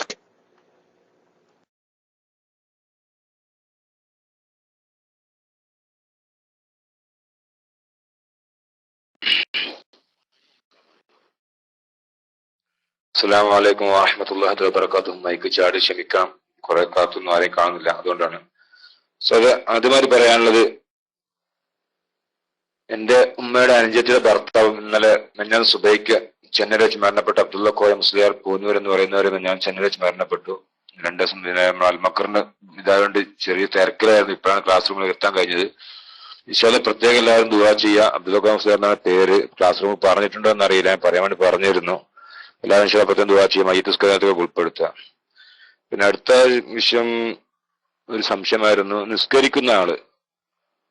നിസ്കരിക്കുന്ന വ്യക്തിക്ക് അദ്ദേഹം ബനിയൻ അല്ലെങ്കിൽ അതുപോലെ സാധനങ്ങൾ ഇട്ട് നിസ്കരിക്കുക, അല്ലെങ്കിൽ ബനിയൻ ഇടാത്ത ഒരാള്, ഫാൻസ് ഇടുന്ന ഒരാള്, ഫാൻസ് പൊക്കുള്ള താഴെയും ഷർട്ട് ഇട്ട ഒരാള് ആ ഷർട്ട് ഇൻസൈഡ് ചെയ്യാതെ നിസ്കരിച്ചാൽ നിസ്കാരം ശരിയാകുമോ, അല്ലെങ്കിൽ അതിന് വല്ല മസാല വന്ന മസാല, അതുപോലെ ഫാൻസ് ബനിയനാണെങ്കിൽ ആ ബനിയൻ ഫാൻസിന്റെ ഉള്ളിൽ ചെയ്യണോ, അങ്ങനെ ഇതുണ്ടായിരുന്നു. അതൊന്ന് വിശദീകരിച്ച ഉപകാരമായിരുന്നു. കൂടുതൽ നമ്മൾ അബരാജ് എന്ന് പറയുന്ന സുഹൃത്തിനെ സുഖമില്ലാതെ 2 ദിവസമായിട്ട് ഒരാഴ്ച സുഖമില്ലാതെ കിടക്കുന്നു പറഞ്ഞിട്ടുണ്ട്.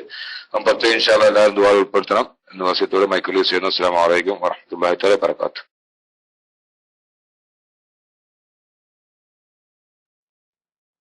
വലൈക്കും അസ്സലാം വറഹ്മത്തുള്ളാഹി വബറകാതുഹു. തങ്ങൾ പാപ്പാന്റെ എളാപ്പ ഉമ്മാന്റെ അനുജത്തിയുടെ ഭർത്താവ് വഫാത്തായ വിവരം കീശേരി ഉസ്താദ് പറഞ്ഞിരുന്നു, ദുആ ചെയ്തിരുന്നു. അതിന്റെ പുറമെ ഖത്തം എടുക്കാൻ വേണ്ടിയിട്ട് തുടങ്ങിയത് ഞാൻ കേട്ട്, പിന്നെ ഞാൻ എനിക്ക് തിരക്കായതുകൊണ്ട് പുറത്തു പോയിരുന്നു. ഖത്തം എടുത്തിട്ടുണ്ടാവും എന്നാണ് ഞാൻ മനസ്സിലാക്കുന്നത്.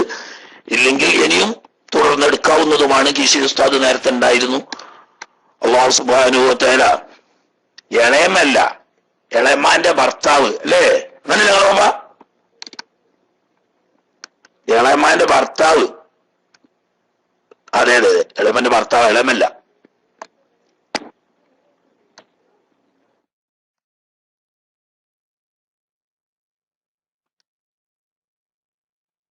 ഇന്ന് രാവിലെ 10 മണിക്ക് അവരെ മറമാടപ്പെട്ടു. ഇളയമല്ല, ഇളയമയുടെ ഭർത്താവ് അഥവാ എളാപ്പ. അല്ലാഹു സുബ്ഹാനഹു വ തആല അവരുടെ പരലോകം സന്തോഷത്തിലാക്കി കൊടുക്കുമാറാകട്ടെ. അവരുടെ ജീവിതത്തിൽ വന്നുപോയ വീഴ്ചകൾ, പോരായ്മകൾ, തെറ്റുകുറ്റങ്ങളൊക്കെ അല്ലാഹു തആല പെട്ടുപുറത്ത് മാപ്പാക്കി കൊടുക്കുമാറാകട്ടെ. ഖബറുടെ അല്ലാഹു തആല സ്വർഗ്ഗത്തോപ്പാക്കി കൊടുക്കുമാറാകട്ടെ. അതുപോലെ തന്നെ ഖത്തം എടുത്തിരുന്നു, എവിടെ എത്തിയെന്ന് ഞാൻ അറിയില്ല, കീശേരി ഉസ്താദ് പറഞ്ഞിരുന്നു. അല്ലാഹു സുബ്ഹാനഹു വ തആല അതുപോലെ തന്നെ സുഖമില്ല എന്ന് പറഞ്ഞ, ഒരാഴ്ച സുഖമില്ല എന്ന് പറഞ്ഞ ആ പ്രവർത്തകൻ, ആ SSFന്റെ പ്രവർത്തകനായിരിക്കുന്ന അബ്ദുറജി എന്ന് പറഞ്ഞ ആ കുട്ടി അല്ലാഹു തആല എത്രയും പെട്ടെന്ന് ഹബീബ് റസൂലുള്ളാഹി സ്വല്ലല്ലാഹു അലൈഹി വസല്ലം തങ്ങളുടെയും മറ്റു മഹാന്മാരുടെയും ബർക്കത്ത് കൊണ്ട് പെട്ടെന്ന് പൂർണ്ണമായ ശിഫയും ആഫിയത്തും അല്ലാഹു തആല നൽകി അനുഗ്രഹിക്കുമാറാകട്ടെ. ഉടുതുണി അല്ലെങ്കിൽ പാൻസ് മാത്രം ധരിച്ചുകൊണ്ട് കുപ്പായമിടാതെ നിസ്കരിക്കുന്ന ആളുകൾ മുട്ടുപൊക്കുകളുടെ നിർബന്ധമായും മറക്കൽ വുജൂബാണല്ലോ. അത് റുക്കൂയിലേക്ക് പോകുമ്പോഴോ സുജൂദിലേക്ക് പോകുമ്പോഴോ ഒക്കെ പൊക്കിളിന്റെ താഴ്ഭാഗത്തേക്ക് മുൻവശത്തിലൂടെയോ പിൻവശത്തിലൂടെയോ വസ്ത്രം ഇറങ്ങിയിട്ട് ഔറത്ത് ഒഴിവാകാൻ ഇട വന്നാൽ നിസ്കാരം ബാത്തിലാകും. അതില്ലാതിരിക്കാൻ ഒരു പക്ഷേ അതിന് ചെയ്യാൻ പറ്റുന്ന ഒരു നല്ല മാർഗമാണ്, നല്ല ശരീരവുമായി അണക്കുള്ള നല്ല ബനിയൻ ഇട്ടിട്ട്, പാൻസ് ആണെങ്കിൽ പാന്റിന്റെ ഉള്ളിൽ ഇൻസൈഡ് ചെയ്തിട്ട് ഉടുത്താൽ റുക്കുവിന്റെ സമയത്തോ സുജൂദിന്റെ സമയത്തോ ഒക്കെ പാന്റ് അല്പം കീപ്പോട്ട് ഇറങ്ങിയാലും ഔറത്ത് ഒഴിവാകാതിരിക്കും. അതുകൊണ്ട് ഏതായാലും നമ്മള് 1000, 1500, 2000 ഒക്കെ കൊടുത്തിട്ട് ഷർട്ടും പാന്റും ഒക്കെ വാങ്ങുമ്പോ ഒരു 30, 35 ഉറുപ്പ്യ കൊടുത്തിട്ട് ഒരു ബനിയനും കൂടി വാങ്ങിയാല് ആ ബനിയന് ഇൻസൈഡ് ചെയ്തിട്ടായാൽ നിസ്കാരം സഹീഹാണെന്ന് ഉറപ്പുവരുത്താം, ഔറത്ത് ഒഴിവാകുന്നില്ല എന്ന് ഉറപ്പുവരുത്താം. ഇനി കുപ്പായം ബനിയനോ ഇൻസൈഡ് ചെയ്യാതെ പുറത്താക്കിയാല് ശ്രദ്ധിക്കേണ്ടത്, റുക്കൂയിലേക്ക് പോകുമ്പോഴോ റുക്കൂയിൽ നിന്ന് വരുമ്പോഴോ സുജൂദിലേക്ക് പോകുമ്പോഴോ മറ്റോ ഈ കുപ്പായത്തിന്റെ ഭാഗം നീങ്ങിയിട്ട് ഔറത്തിന്റെ ഭാഗം വെളിവാകാൻ ഇട വന്നാൽ നിസ്കാരം ബാത്തിലായി പോകും. ഇല്ലെങ്കിൽ ബാത്തിലാവുകയില്ല. അത് ഉറപ്പിക്കാൻ കഴിയില്ല. ബനിയനിട്ട് ഇൻസൈഡ് ചെയ്താൽ ഉറപ്പാ, പിന്നെ നീങ്ങൂലാണ്.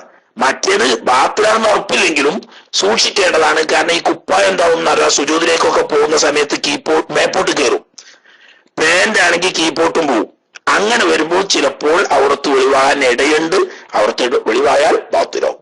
അപ്പൊ ബനിയനിട്ട് ഇൻസൈഡ് ചെയ്താൽ അങ്ങനെ ഔറത്ത് വെളിവാകാൻ സാധ്യതയില്ല. ഇനി ബനിയനല്ല കുപ്പായം തന്നെയാണ്, ബട്ടണിട്ട് ശരിക്കും ഇൻസൈഡ് ചെയ്താൽ റുക്കൂലും സുജൂദിലും ഒന്നും പോകുന്ന സമയത്ത് എന്താവൂല, ഈ പാന്റ് കീപ്പോട്ട് ഇറങ്ങിയാൽ തന്നെയും ഔറത്തിന്റെ ഭാഗം വെളിവാവൂല. ഏതായാലും വേണ്ടത് ഔറത്തിന്റെ ഭാഗം വെളിവാകുന്നില്ല എന്ന് ഉറപ്പുവരുത്തുകയാണ് ചുരുക്കം.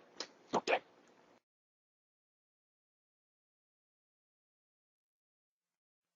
അസ്സലാമു അലൈക്കും വറഹ്മത്തുള്ളാഹി വബറകാതുഹു. ഉസ്താദെ, എന്നോട് ഒരാൾ ഒരു ചോദ്യം ചോദിച്ച ചോദ്യമാണ് ഞാൻ ചോദിക്കുന്നത്. കൽബ് അത് തൊട്ടൊരു വസ്തു, ആ വസ്തു 7 പ്രാവശ്യം കഴുകണം, അതിലൊരു പ്രാവശ്യം മണ്ണ് കലക്കിയ വെള്ളം കൊണ്ട് കഴുകണം എന്ന് പറഞ്ഞിട്ടുണ്ട്. അതുപോലെ തന്നെ നായി തൊട്ടൊരു വസ്തുവിനെ തൊട്ടാൽ, ഒരു ഉദാഹരണം ഒരു ബക്കറ്റ് നായി തൊട്ടു, ബക്കറ്റ് തൊട്ടാൽ ആ ബക്കറ്റ് നമ്മൾ തൊട്ടാൽ നമ്മൾ 7 പ്രാവശ്യം കുളിക്കേണ്ടതുണ്ടോ, അതിലൊരു പ്രാവശ്യം മണ്ണ് കലക്കിക്കൊണ്ട് ഇങ്ങനെ കഴുകേണ്ടതുണ്ടോ? അതേപോലെ ഈ കൽബിനെ വളർത്താൻ പറ്റുമോ? അങ്ങനെ 3 ചോദ്യമാണ് ചോദിച്ചിട്ടുള്ളത്. ഉസ്താദ് ഒന്ന് ഉത്തരം പറയുകയാണെങ്കിൽ വളരെ നന്നായിരുന്നു. മൈക്കോടുന്നു. അസ്സലാമു അലൈക്കും.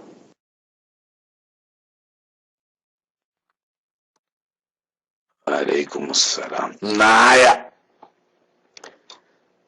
നായ തൊട്ടാൽ 7 പ്രാവശ്യം കഴുകണം, അതിലൊന്ന് മണ്ണ് കലക്കിയ വെള്ളമാവണം എന്ന് നിരുപാധികം ഇസ്ലാമിൽ നിയമം ഇല്ല. അതാദ്യം മനസ്സിലാക്കേണ്ടത്. നായ തലയിട്ടാൽ 7 പ്രാവശ്യം കഴുകണം.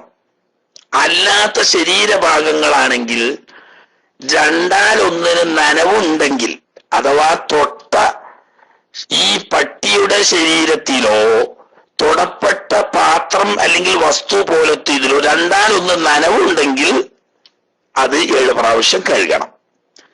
2ഉം നനവില്ലാത്തതാണെങ്കിൽ കഴുകേണ്ടതില്ല.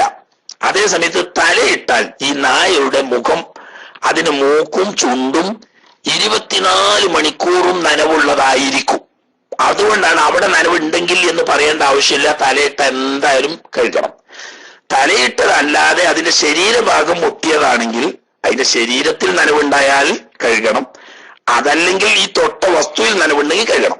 2നും നനവില്ലെങ്കിൽ കഴുകേണ്ടതില്ല, കാരണം അതുകൊണ്ട് മുത്തനജിസാവൂല.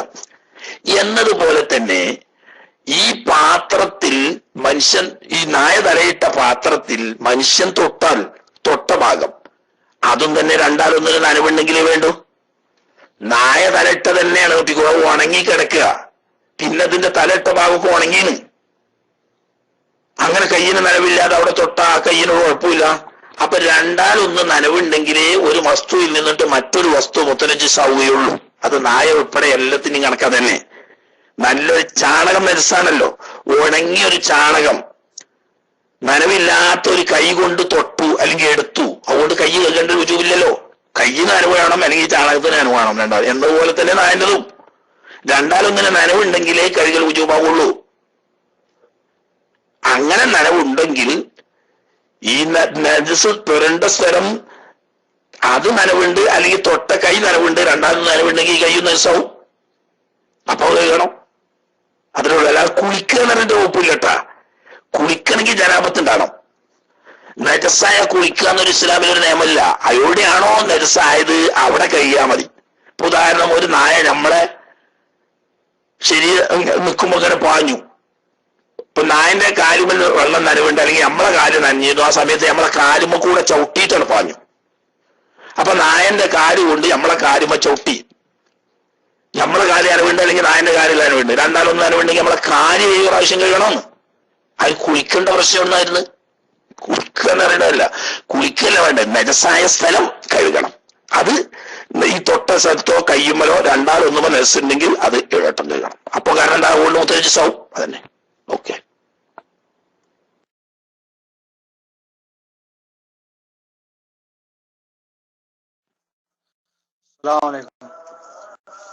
ഒരു സംശയം കൂടിണ്ടേ.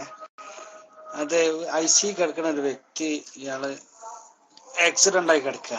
അപ്പൊ ആ വ്യക്തിക്ക് കണ്ണിന് മാത്രമേ ഉള്ളൂ പവർ, ബാക്കി ശരീരം ഒന്നും അനങ്ങുന്നില്ല. അപ്പൊ ഇയാൾക്ക് ബുദ്ധിയുണ്ട്, ഇന്ന ആളെ വരുന്നതെന്ന്. അപ്പൊ ഈ അവസ്ഥയിൽ ഈ മനുഷ്യൻക്ക് നിസ്കരിക്കും ഉള്ളൊക്കെ എടുക്കണ ഒരാള് സഹായത്തിനില്ല. അങ്ങനെയുള്ള അവസ്ഥയിൽ ഒരാൾക്കുണ്ടായിട്ടില്ല, വർഷം കാക്കട്ടെ, ഞാൻ ഒരു ഒരു അവസ്ഥ പറയട്ടോ. ഇങ്ങനെയുള്ള അവസ്ഥയിൽ ഈ വ്യക്തി എങ്ങനെ ഒളു എടുക്കും? നിസ്കരിക്കാൻ ഉസ്താദ് നേരത്തെ പറഞ്ഞിട്ട് ആംഗ്യ രൂപത്തിൽ നിസ്കരിക്കാൻ നിൽക്കും. എങ്ങനെ ഒളു എടുക്കും?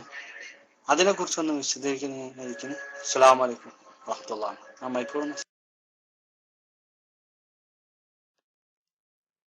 മറ്റൊരാളുടെ സഹായത്തോടു കൂടി ഒന്നും എടുക്കണം.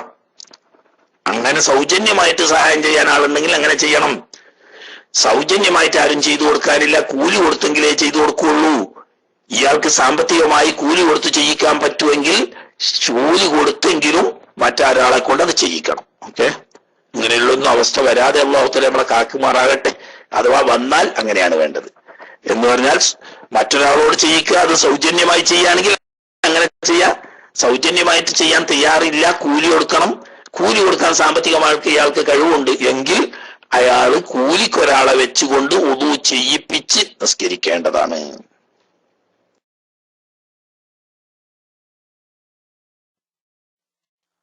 ഞാൻ മുമ്പ് ചോദിച്ച ഒരു ചോദ്യത്തിൽ തന്നെ ഉസ്താദ് വിട്ടുപോയതാണ്, മറന്നുപോയതായിരിക്കും. ഉസ്താദ് ഈ നായയെ വളർത്താൻ പറ്റുമോ എന്ന് ചോദിച്ചിരുന്നു. ഉസ്താദ് അതിനും കൂടി ഒന്ന് ഉത്തരം പറയാം. അപ്പൊ ഉസ്താദ് ഈ നായയെ അപ്പൊ നനവില്ലാതെ തൊട്ടാല് കുഴപ്പമില്ല എന്ന് തോന്നുന്നു. ഞാൻ മൈക്കൂടുന്നു. അസ്സലാമു അലൈക്കും.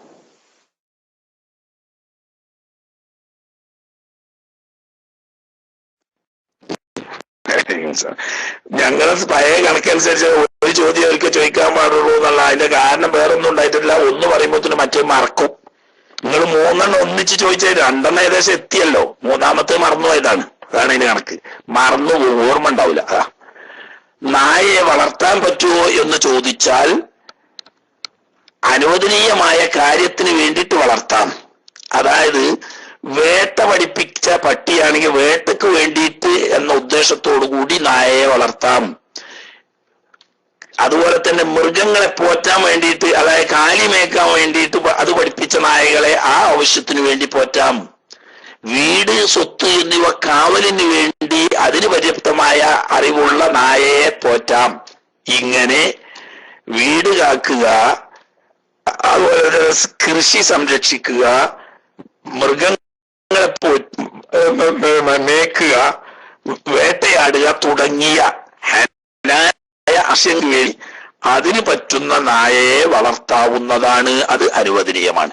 ഇതൊന്നുമല്ലാതെ അന്തസ്സിന് വേണ്ടി, പരിഷ്കാരത്തിന് വേണ്ടി അല്ലെങ്കിൽ പാശ്ചാത്യരെ അനുകരിച്ചുകൊണ്ട് നായയെ വളർത്തൽ ഹറാമാണ് എന്ന് തന്നെയുമല്ല, അവന്റെ ഹസനാത്തിൽ നിന്നിട്ട് ഓരോ ദിവസവും കുറഞ്ഞുകൊണ്ടിരിക്കും എന്ന് നബി സല്ലല്ലാഹു അലൈഹി വസല്ലം തങ്ങൾ പറഞ്ഞിട്ടുണ്ട്. അതാണല്ലോ വലിയ വില കൊടുത്ത് പല പട്ടികളെയും, പല തരത്തിലുള്ള പട്ടികളെയും വാങ്ങിയിട്ട് വീട്ടിൽ ഒരു ഏറ്റവും മുന്തിയ ഒരു അലങ്കാര വസ്തുവായി കൊണ്ടിറക്കുക. പോകുന്ന സമയത്ത് വണ്ടിയിലും കൂട്ടി കൊണ്ടിറക്കുക. അറബികളിൽ വരെ ആ സംസ്കാരം വ്യാപകമായിരിക്കുന്നു. തികച്ചും പടിഞ്ഞാറുകാരെയും അമേരിക്കക്കാരെയും അനുകരിച്ചു കൊണ്ടാണത്. അങ്ങനെ ഒരു അന്തസ്സിന്റെ ചിഹ്നമായി പോറ്റലും കൊണ്ടു നടക്കലും രണ്ടും ഹറാമാണ്. മാത്രമല്ല അതുകൊണ്ട് താൻ ചെയ്യുന്ന സ്വാലിഹായ അമലുകളുടെ ഹസനത്തുകൾ എങ്ങനെ നഷ്ടപ്പെട്ടു പോയിക്കൊണ്ടിരിക്കുകയും ചെയ്യും. എന്നാൽ വേട്ടയ്ക്ക് അതിനെ ഉപയോഗിക്കാം. അതുപോലെ തന്നെ മൃഗങ്ങളെ മേക്കാൻ അവയെ ഉപയോഗിക്കാം, കാവലിന് ഉപയോഗിക്കാം. അതൊക്കെ ഹലാല. ആ ആവശ്യത്തിന് വേണ്ടി അതിന് പറ്റുന്ന പട്ടികളെ പോറ്റൽ അനുവദനീയവും ആണ്. ഓക്കെ, നനവില്ലാതെ, രണ്ടും നനവുണ്ട്. ഈ പട്ടിയുടെ തൊട്ട ശരീരത്തിന്റെ ഭാഗവും നനവില്ല, നാം അതിനെ സ്പർശിച്ച നമ്മുടെ ശരീരത്തിന്റെ ഭാഗത്തിന് നനവില്ല. രണ്ടും നനവില്ലെങ്കിൽ അതുകൊണ്ട് നജസ് മുത്തനജസാവുകയില്ല. അതുകൊണ്ട് തന്നെ കഴുകൽ നിർബന്ധവുമില്ല.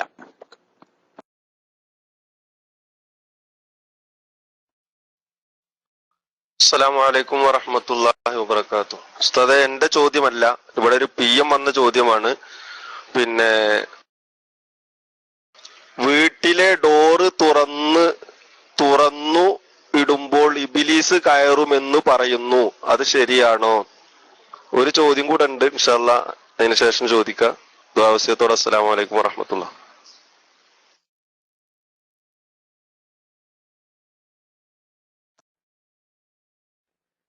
ഈ ശൈത്താന്മാര്, ഇബ്ലീസ് അതിന്റെ ഗ്രൂപ്പ് ലീഡറാ. ശൈത്താന്മാര് പലപ്പോഴും മനുഷ്യനെ വഴിപഴപ്പിക്കാൻ വേണ്ടിയും തെറ്റിലേക്ക് പ്രചോദിപ്പിക്കാൻ വേണ്ടിയിട്ടും പലപ്പോഴും നമ്മുടെ വീടുകളിൽ പ്രവേശിക്കും. അതുകൊണ്ട് വീടിന്റെ വാതിൽ തുറക്കുമ്പോഴും വീടിന്റെ വാതിൽ അടക്കുമ്പോഴും ഒക്കെ ബിസ്മില്ല എന്ന ദിക്ർ ചൊല്ലിക്കൊണ്ട് അടക്കുകയും തുറക്കുകയും ചെയ്താൽ അതിലൂടെ പിശാചിന്റെ പ്രവേശനത്തിന് കാവലാകും. അള്ളാഹുവിന്റെ ദിക്ർ മാത്രമാണ് പിശാചിന്റെ ഉപദ്രവത്തിൽ നിന്ന് നമ്മെ കാക്കാൻ വേണ്ടിയിട്ടുള്ളത്. അതിൽ മഹാനായ റസൂലുള്ളാഹി സ്വല്ലല്ലാഹു അലൈഹി വസല്ലമ തങ്ങൾ നമ്മോട് പറഞ്ഞത് വീട്ടിൽ കിടക്കുമ്പോഴും വീട്ടിൽ നിന്ന് ഇറക്കുമ്പോഴും ഒക്കെ പ്രത്യേക ദിക്ർ ചെല്ലാൻ പറഞ്ഞ കൂട്ടത്തിലൊക്കെ ബിസ്മില്ലാഹി വലജ്ന എന്ന് തുടങ്ങിയിട്ട് വീട്ടിൽ കയറുമ്പോൾ ചൊല്ലുള്ള ദിക്ർ, അതുപോലെ തന്നെ ബിസ്മി ചൊല്ലിക്കൊണ്ട് വാതിൽ തുറക്കുക, പാത്രം അടക്കുമ്പോൾ ബിസ്മി ചൊല്ലിക്കൊണ്ട് പാത്രം അടക്കുക, ഇങ്ങനെ കാര്യങ്ങളൊക്കെ പറഞ്ഞത് ഇത്തരം ശൈത്താന്റെ ഷർറുകൾ ബാധിക്കാതിരിക്കാൻ വേണ്ടിയാ. അപ്പൊ അതുകൊണ്ട് ബിസ്മി ചൊല്ലി തുറക്കുക, ബിസ്മി ചൊല്ലി അടക്കുക എന്ന സമ്പ്രദായം വന്നാൽ രണ്ട് കാര്യ, അള്ളാഹുവിന്റെ ദിക്റിയല്ല കൂലിയും കിട്ടും, ശൈത്താന്റെ ഉപദ്രവത്തിൽ നിന്നിട്ടുള്ള കാവലും കിട്ടും ഇൻഷാ അല്ലാഹ്.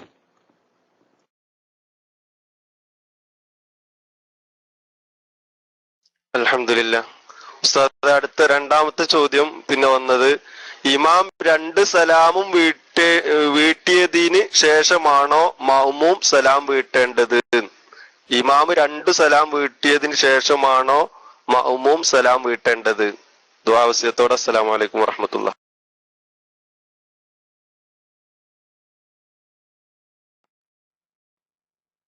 വഅലൈക്കും അസ്സലാം വറഹ്മത്തുള്ളാഹി. ഇമാമ് 2 സലാം വീട്ടിയതിന് ശേഷമാണ് മഅ്മൂമ് സലാം വീട്ടൽ സുന്നത്തായ വഖത്ത്. അതാണ് അഫ്ളൽ. ഇമാമ് 2ാമത്തെ സലാം വീട്ടി കഴിഞ്ഞതിന് ശേഷം മഅ്മൂമ് 1ാമത്തെ സലാം തുടങ്ങുക എന്നതാണ് സുന്നത്തായ രീതി. എന്നാൽ ഇമാമ് 1ാമത്തെ സലാം വീട്ടിക്കഴിഞ്ഞാൽ മഅ്മൂമിന് 1ാമത്തെ സലാം വീട്ടൽ ജായിസാവും, അനുവദനീയമാവും.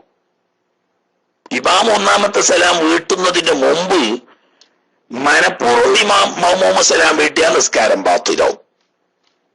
മറന്നുകൊണ്ടാണെങ്കിൽ 2ാമത് സലാം വീട്ടുകയും വേണം. അപ്പൊ ഇമാമിന്റെ 1ാമത്തെ സലാമിന്റെ മുമ്പ് മഅ്മൂമ് സലാം വീട്ടാൻ പാടില്ല. 1ാമത്തെ സലാം വീട്ടിക്കഴിഞ്ഞാൽ മഅ്മൂമിന് സലാം വീട്ടൽ ജായിസാവും. എന്നാൽ സുന്നത്ത് ഇമാമിന്റെ 2ാമത്തെ സലാം വീട്ടിയതിന് ശേഷം മഅ്മൂം 1ാമത്തെ സലാം വീട്ടലാണ്. അതാണ് അഫ്ളലായ രീതി. ഓക്കെ.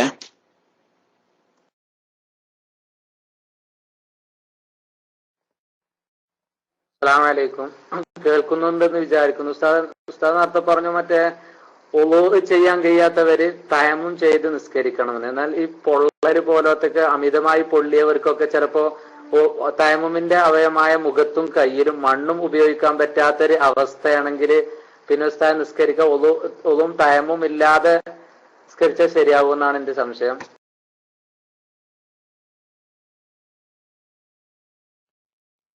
അങ്ങനെ വരുമ്പോ ഉദു ഇല്ലാതെ തയമ്മും ചെയ്യാതെ നിസ്കരിക്കുന്നതിനേക്കാൾ നല്ലത് മദ്ഹബ് മാറിയിട്ട് ഇമാം അബൂ ഹനീഫ തങ്ങളുടെ മദ്ഹബൊക്കെ അടിസ്ഥാനത്തിൽ ഭൂമിയുടെ ഇനത്തിൽപ്പെട്ട പൊടിയില്ലാത്ത മാർബിള്, ഗ്രാനൈറ്റ് പോലെയുള്ള ഭൂമിയുടെ ഭാഗം തന്നെയാണ്, എന്നാൽ പൊടിയില്ലാത്ത അതിന്മേൽ അടിച്ചിട്ട് തയമ്മം ചെയ്താലും മതി. അതിനും പറ്റാത്തൊരു സാഹചര്യം ഉണ്ടെങ്കിൽ മണ്ണ് പുരളാൻ പറ്റൂല എന്നുള്ളതിന് മണ്ണ് പുരട്ടേണ്ട ആവശ്യം ഷാഫി മദ്ഹബിലും ഇല്ല. തയമ്മം ചെയ്യാൻ വേണ്ടിയിട്ട് മണ്ണിന്റെ പൊടിയുള്ള ഒരു കടലാസിലോ അതല്ലെങ്കിൽ ഏതെങ്കിലും ഒരു സ്ഥലത്തൊന്ന് പതുക്കെ കൈകൊണ്ടടിച്ച് കൂടുതൽ മണ്ണ് പറ്റിയിട്ടുണ്ടെങ്കിൽ അത് തട്ടിക്കളഞ്ഞതിന് ശേഷം ഒരു ബറക്കത്തിന് വേണ്ടി ആ മണ്ണിലടിച്ച കൈ കൊണ്ട് മുഖം ഒന്ന് തടയുക, അതുപോലെ തന്നെ മണ്ണിലടിച്ച കൈ കൊണ്ട് കൈയൊന്ന് തടയുക. അതുകൊണ്ട് കുറെ മണ്ണ് പറ്റണമെന്നില്ല, പൊടിയുള്ള മണ്ണാവണം എന്നാണ് ഷാഫി മദ്ഹബിൽ ഷർത്ത് പറയുന്നത്. അത് വെറുതെ പറഞ്ഞതല്ല. ഈ ആലു ഇമ്രാൻ സൂറത്ത് നിസാഇന്റെ തൊട്ട് ശേഷം വരുന്ന സൂറത്തുണ്ടല്ലോ, എന്താണ് അവിടെ മിൻഹു എന്ന് പ്രത്യേകം അല്ലാഹു സുബ്ഹാനഹു വ തആല തയമ്മമിനറ്റി പറഞ്ഞവിടെ അതിൽ നിന്നിട്ട് അല്പം എന്നർത്ഥം വരും. അപ്പൊ പൊടി ഉണ്ടെങ്കിൽ അല്പം കൊണ്ട് തയമ്മം ചെയ്യാൻ കഴിയുള്ളൂ എന്നുള്ളത് കൊണ്ട് പൊടി വേണം എന്ന് പറയും. എന്നാൽ ഭൂമിയുടെ ഇനത്തിൽപ്പെട്ട പൊടി ഉണ്ടെങ്കിലും ഇല്ലെങ്കിലും മതി. പാറക്കല്ല് അതുപോലെ തന്നെ മാർബിളിന്റെ കഷ്ണം പോലത്തെ അടിച്ചാലും മതി എന്നാണ് ഹനഫി മദ്ഹബ്. അങ്ങനെയെങ്കിലും തയമ്മമോ ചെയ്ത് നിസ്കരിക്കുകയാണ് വേണ്ടത്. അതല്ലാതെ നിസ്കരിച്ചാൽ നിസ്കാരം സയ്യാവും, പക്ഷേ പിന്നീട് മടക്കി നിസ്കരിക്കേണ്ടി വരും.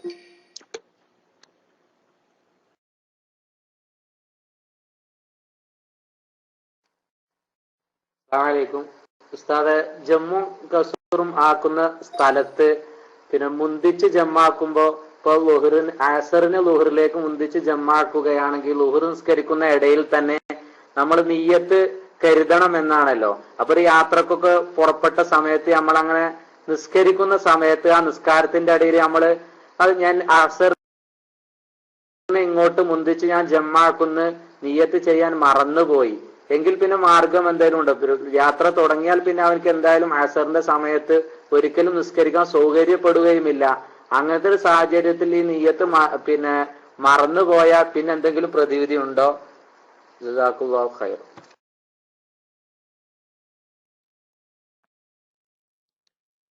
അസറിനെ ലുഹറിലേക്കോ മഗ്രിബിലേക്ക് ഇശായിനെയോ മുന്തിച്ച് ജമ്മാക്കണമെങ്കിൽ ഷർത്തായിട്ട് പറഞ്ഞതാണ് ഒന്നാമത്തെ നിസ്കാരത്തിൽ നിന്ന് സലാം വീട്ടുന്നതിന് മുമ്പ്, അത് ഒന്നാമത്തെ നിസ്കാരം തക്ബീറത്തുൽ ഇഹ്റാം കിട്ടുന്ന സമയത്തായാലും മതി, സലാം വീട്ടുന്നതിന്റെ ഇടയ്ക്ക് എപ്പോഴെങ്കിലും ഒരിക്കൽ ലുഹറിനെ മുന്തിച്ച് ജമ്മാക്കുന്നു എന്ന്, അല്ല ലുഹറിനെ അസറിനെ മുന്തിച്ച് ജമ്മാക്കുന്നു എന്ന് കരുതണം.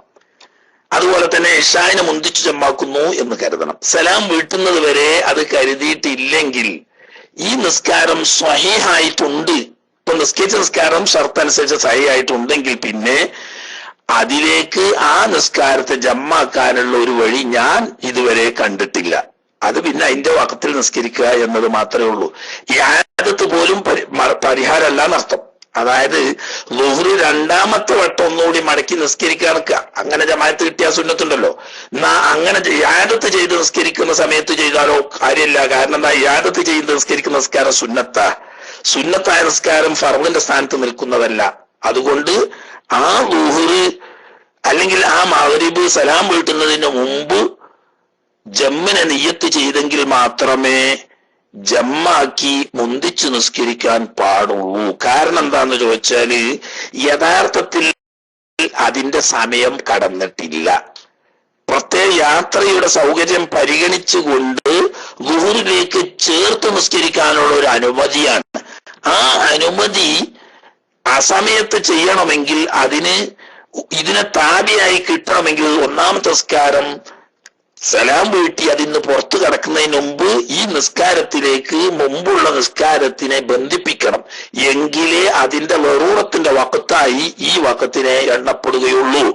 അതില്ലാതിരുന്നാൽ ലറൂറത്തിന്റെ വഖത്ത് പരിഗണിക്കാതെ പോയാൽ യഥാർത്ഥ വഖത്താവുന്ന അസറിൻ അതുപോലെ ഇശാന്റെ വഖത്ത് കടന്നതിന്റെ ശേഷം മാത്രം നിസ്കരിക്കാനേ വഴിയുള്ളൂ. ഇനി മദ്ഹബ് മാറിയാലും അങ്ങനെ ഒരു വഴി ഞാൻ എവിടെയും കണ്ടിട്ടില്ല. ഹനഫി മദ്ഹബാണല്ലോ സാധാരണ നമ്മൾ എടുക്കുക. ഹനഫി മദ്ഹബുകാർക്ക് ജമ്മാക്കൽ തന്നെ പറ്റൂല ദുന്യാവില്. ആകെ എവിടെ അവർക്ക് ജമ്മുള്ളൂ, അർഫയിൽ വെച്ചിട്ട് ളുഹറും അസറും, മുസ്ദലിഫയിൽ വെച്ചിട്ട് മഗ്രിബും ഇശാവും. അതേ ദുന്യാവിൽ ആകെ അവർക്ക് ജമ്മനുള്ളൂ. ബാക്കി ഒരു നിസ്കാരത്തിനും ഒരു യാത്രയിലും ജമ്മാക്കാൻ പാടില്ലാന്ന്. ആകെ ജമ്മാക്കാന്ന് അറിയാൻ പറ്റുന്നത് നമ്മളെ മദ്ഹബാ, അതുപോലെ തന്നെ ഹംബലി മദ്ഹബൊക്കെ. അവർക്ക് ഈ നിയ്യത്ത് ഷർത്താണ്. തഖ്ദീമിന്റെ ജമ്മാക്കിക്കൊണ്ട് നിയ്യത്തുണ്ടെങ്കിൽ പറ്റൂ. അത് പറ്റാതിരുന്നാൽ പിന്നെ ആ വഖത്തായതിനു ശേഷം നിസ്കരിക്കലേ ഇനി വഴി ഞാൻ കണ്ടിട്ടുള്ളൂ. ഇനി വേറെ ഏതെങ്കിലും കൂടുതൽ അറിയുന്ന ഉസ്താദ്മാരോടൊന്നും ചോദിച്ചിട്ട് അവരേതെങ്കിലും കണ്ടിട്ടുണ്ടോ എന്ന് എനിക്കറിയില്ല. ഓക്കെ.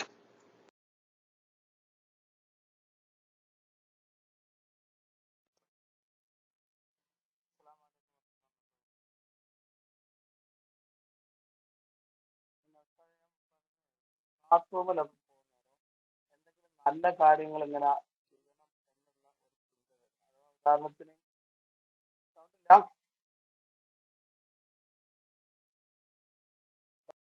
കേൾക്കുന്നില്ല. ഹലോ, കേൾക്കുന്നില്ലേ? ആ, പിന്നെ ഇവിടെ ഫുള്ള് സൗണ്ടാണ്.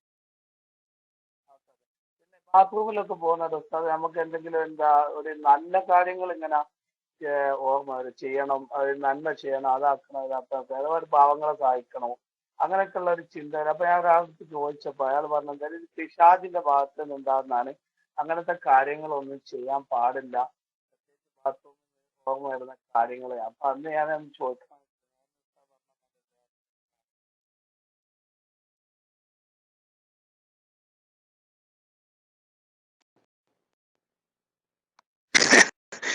എന്താ പിന്നെ ഇതിന് കാട്ടുക? ബാത്റൂമിൽ പോയാലേ വേഗം മൂത്രമൊഴിക്കാനാണ് പോയതെങ്കിൽ വേഗം മൂത്രമൊഴിച്ച് മലയടിച്ച് പോരുക. അതുപോലെ തന്നെ കാസ്റ്റിക്കാനാണെങ്കിൽ പോയത് വേഗം കഴിഞ്ഞ് പോരല്ലാതെ അവിടെ ആലോചിച്ച് കുത്തിരിക്കാൻ പറ്റുന്ന സ്ഥലമല്ലല്ലോ ഇപ്പൊ അവിടെ. മനസ്സിലായില്ലേ? അപ്പൊ അവിടെ ഇങ്ങനെ ആവശ്യമില്ലാത്ത ചിന്തകൾ കൊടുക്കുകയും അങ്ങനെ സമയം ദീർഘിപ്പിക്കുകയും ചെയ്യുന്നത് ചിലപ്പോൾ ഒരു പൈശാചികമായ ഉപദ്രവമാണെന്ന് പറയാം. കാരണം പല രോഗങ്ങൾക്കും അത് കാരണമാകുന്ന, മൂലക്കുരു തുടങ്ങിയിട്ട് കരൾ വീക്കം വരെയുള്ള പല രോഗങ്ങൾക്കും അനാവശ്യമായി ഈ ടോയ്ലറ്റിൽ സമയം ദുരുപയോഗം ചെയ്ത സമയം ഉപയോഗിക്കുന്നത് കൊണ്ട് വരാൻ സാധ്യതയുണ്ട് എന്ന് മഹാന്മാരായ ഉലമാക്കൾ പറഞ്ഞിട്ടുണ്ട്. അതുകൊണ്ട് കരൾ വീക്കം എന്ന് പറയുന്ന ഗുരുതരമായ രോഗം, അതുപോലെ തന്നെ മൂലക്കുരു എന്ന് പറയുന്ന വലിയ വിഷമകരമായ രോഗമൊക്കെ വരാൻ ചിലപ്പോൾ ഈ ആവശ്യമില്ലാതെ നീണ്ടിരിക്കൽ കാരണമാവും. അതുകൊണ്ട് അത്യാവശ്യം കഴിഞ്ഞ് വേഗം പോരുക. അവിടെ ഇങ്ങനെ ആലോചിച്ച് കുത്തിരുന്ന് സക്കാത്തിനെ പറ്റിയിട്ടും നോമ്പിനെ പറ്റിയിട്ടും ഹജ്ജിനെ പറ്റിയിട്ടും ആലോചിക്കേണ്ട സമയമില്ല. ഏതായാലും എൻ്റെ ഒരു മകളുണ്ട്, ചെറിയത് 3 വയസ്സൊക്കെ ആയിട്ടുള്ളൂ. ഓള് സാധാരണ മൂത്രമൊഴിക്കാനോ മറക്കിരിക്കാനോ പോയി കക്കൂസ് കയറി ബാതിര കടച്ചാ പാട്ട് കേടാൻ തുടങ്ങും. പലപ്പോഴും നോക്കിന് പാട്ട് ഇങ്ങനെ പൊരിഞ്ഞ പാട്ട് കേൾക്കാം. തുറന്ന് പുറത്ത് എന്നാ പാടാൻ പറഞ്ഞാൽ പെണ്ണ് പാടൂല. അപ്പൊ നമുക്ക് ഭയങ്കര നാണക്കേടാ. എന്നേക്കുള്ള ഒരു സുഖ. ചെറിയ കുട്ടിയല്ലേ, കക്കൂസിൽ കയറിയിട്ട് ബാധ അടച്ച പാട്ട് കാരണം നല്ല പാട്ട് ഇങ്ങനെ കേൾക്കണം. ദൂരത്തുനിന്ന് പാട്ട് ഇങ്ങനെ കേട്ടാ മനസ്സിലാക്കുക അപ്പൊ ഒന്നിരിക്കൽ കക്കൂസിൽ പോയിന് അല്ലെങ്കിൽ മൂത്രയിക്കാൻ പോയിന്, ആ പോയിട്ട് വാതിലടച്ചിട്ടുള്ള പരിപാടി. എന്നേക്ക് ഈ സറക്കും ഹൈറായ കാര്യങ്ങളൊക്കെ ആലോചിക്കാൻ പറ്റുന്ന ഒരു സ്ഥലമൊന്നുമല്ല. അത് പറ്റുക അവിടെ ചെയ്തുകൂടാന്നോ മറ്റോ ഒന്നുമല്ല. അവിടെ പരമാവധി സമയം കുറച്ച് അത്യാവശ്യ സമയം ഉപയോഗിച്ച് പെട്ടെന്ന് പുറത്തു പോരാൻ നോക്കുക. പല തരത്തിലുള്ള രോഗങ്ങൾക്കും അത് ഇടവരാൻ സാധ്യതയുണ്ട്. മനസ്സിലായില്ലേ? പിന്നെ ആരോ ഒരാളിങ്ങനെ 1-2 ആളിങ്ങനെ പബ്ലിക്കിൽ ക്വസ്റ്റ്യൻ ടെസ്റ്റ് അടിക്കുന്നുണ്ട്. നമ്മളെ നിലാം അനുസരിച്ച് ഈ പബ്ലിക്കിൽ ടെസ്റ്റ് ചെയ്താൽ അതിന് മറുപടി പറയില്ല. മൈക്ക് എടുത്ത് ചോദിക്കേണ്ടതാണ്. സ്വന്തം മൈക്ക് എടുത്ത് ചോദിക്കാൻ പറ്റാത്ത ചില അസൗകര്യങ്ങളുള്ളവരാണെങ്കിൽ അതിന് സൗകര്യമുള്ള ആളുകൾക്ക് PM ചെയ്ത് അവരോട് ചോദിപ്പിക്കേണ്ടതാണ്. ഇവിടെ സ്ക്രീനിൽ കാണുന്ന പബ്ലിക് ചോദ്യങ്ങൾക്ക് മറുപടി പറയുന്നതല്ല എന്ന് അറിയാത്തതുകൊണ്ട് അങ്ങനെ ചെയ്ത്. അപ്പൊ അങ്ങനെ അത്യാവശ്യം പഠിക്കേണ്ട മസലകളാണെങ്കിൽ സ്വന്തം ചോദിക്കുക. അതിന് പറ്റാത്ത സാഹചര്യം ഉണ്ടെങ്കിൽ ചോദിക്കാൻ പറ്റുന്നവർക്ക് ആർക്കെങ്കിലും PM അടിച്ചിട്ട് അവരോട് ചോദിപ്പിക്കുക. ഓക്കെ.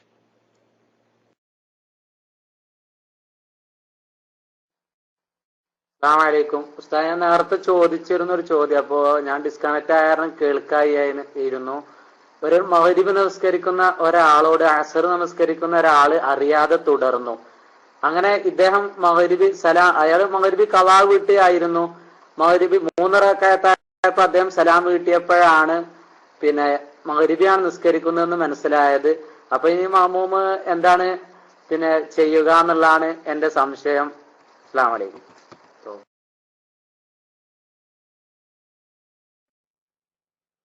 വഅലൈക്കും അസ്സലാം. മഗ്‌രിബ് നിസ്കരിക്കുന്ന ഒരാളോട് അസ്ർ നിസ്കരിക്കുന്ന ഒരാള് തുടരുന്ന നിസ്കാരം സഹിയാകാതിരിക്കൊന്നുമില്ല. പക്ഷെ അറിഞ്ഞുകൊണ്ട് അങ്ങനെ തുടർന്നാൽ ജമാഅത്തിന്റെ പള്ളിയിലെത്താവുന്ന 27 ദർജ കിട്ടൂല, എന്നാലും നിസ്കാരം സഹിയാവും. അങ്ങനെ തുടർന്നാൽ 3-ാമത്തെ റക്അത്തിൽ ഇമാം ഒടുവിൽ അത്തഹിയ്യാത്ത് ഇരിക്കുന്നത് കണ്ടപ്പോഴാണ് ഇത് മഗ്‌രിബാണെന്ന് മൗമൂമിന് മനസ്സിലായത്. എന്നാൽ 2 രീതി ചെയ്യാവുന്നതാണ് അവന്. ഒരു പക്ഷേ ഇമാമിന്റെ കൂടെ അത്തഹിയ്യാത്തിലിരുന്ന് ഇമാം സലാം വീട്ടിയതിനു ശേഷം എഴുന്നേറ്റ് 1 റക്അത്ത് കൂടി നിസ്കരിച്ച് സലാം വീട്ടുക. അതല്ലെങ്കിൽ ഇമാമ് 3-ാമത്തെ റക്അത്തിൽ അത്തഹിയ്യാത്തിൽ ഇരുന്നു കഴിഞ്ഞാൽ ഇമാമുമായി വിട്ടുപിരിയുന്നു എന്ന നിയ്യത്തോടുകൂടി എഴുന്നേറ്റ് ബാക്കി 1 റക്അത്ത് നിസ്കരിക്കുകയും ചെയ്യാം. ഈ 2 രീതിയും പറ്റും. ഇവിടെ നല്ലത് ഇമാമിന്റെ കൂടെ 3-ാമത്തെ റക്അത്തിൽ അത്തഹിയ്യാത്ത് ഇരിക്കുകയും ഇമാം സലാം വീട്ടിയതിന്റെ ശേഷം എഴുന്നേറ്റ് 1 റക്അത്ത് കൂടി നിസ്കരിച്ച് സലാം വീട്ടുകയുമാണ്. തുടർച്ചയ്ക്ക് യാതൊരു കുഴപ്പമില്ല. ഇങ്ങനെ 2 രീതിയും അവന് ചെയ്യാം. ഒന്ന്, ഇമാമിനെ വിട്ടുപിരിയുന്നു എന്ന നിയ്യത്തോടുകൂടി ആ റക്അത്തിൽ അത്തഹിയ്യാത്ത് ഇരിക്കാതെ വേഗം എഴുന്നേറ്റ് 1 റക്അത്ത് നിസ്കരിച്ച് സലാം വീട്ടുക. ഇമാമിന്റെ കൂടെ അത്തഹിയ്യാത്തിൽ ഇരുന്ന് ഇമാം സലാം വീട്ടിയതിന്റെ ശേഷം എഴുന്നേറ്റ് 1 റക്അത്ത് നിസ്കരിക്കുക. ഈ 2-ാമത്തെ രീതിയാണ് കൂടുതൽ നല്ലത്. 2 നിസ്കാരം സഹിയാകും. അറിയാതെ തുടർന്നതായെങ്കിൽ ജമാഅത്തിന്റെ കൂലിയും കിട്ടും. അറിഞ്ഞുകൊണ്ട് തന്നെ തുടർന്നതെങ്കിൽ നിസ്കാരം സഹിയാകും, പക്ഷെ ജമാഅത്തിന്റെ 27 ദർജ കിട്ടുന്നതല്ല. ഓക്കെ.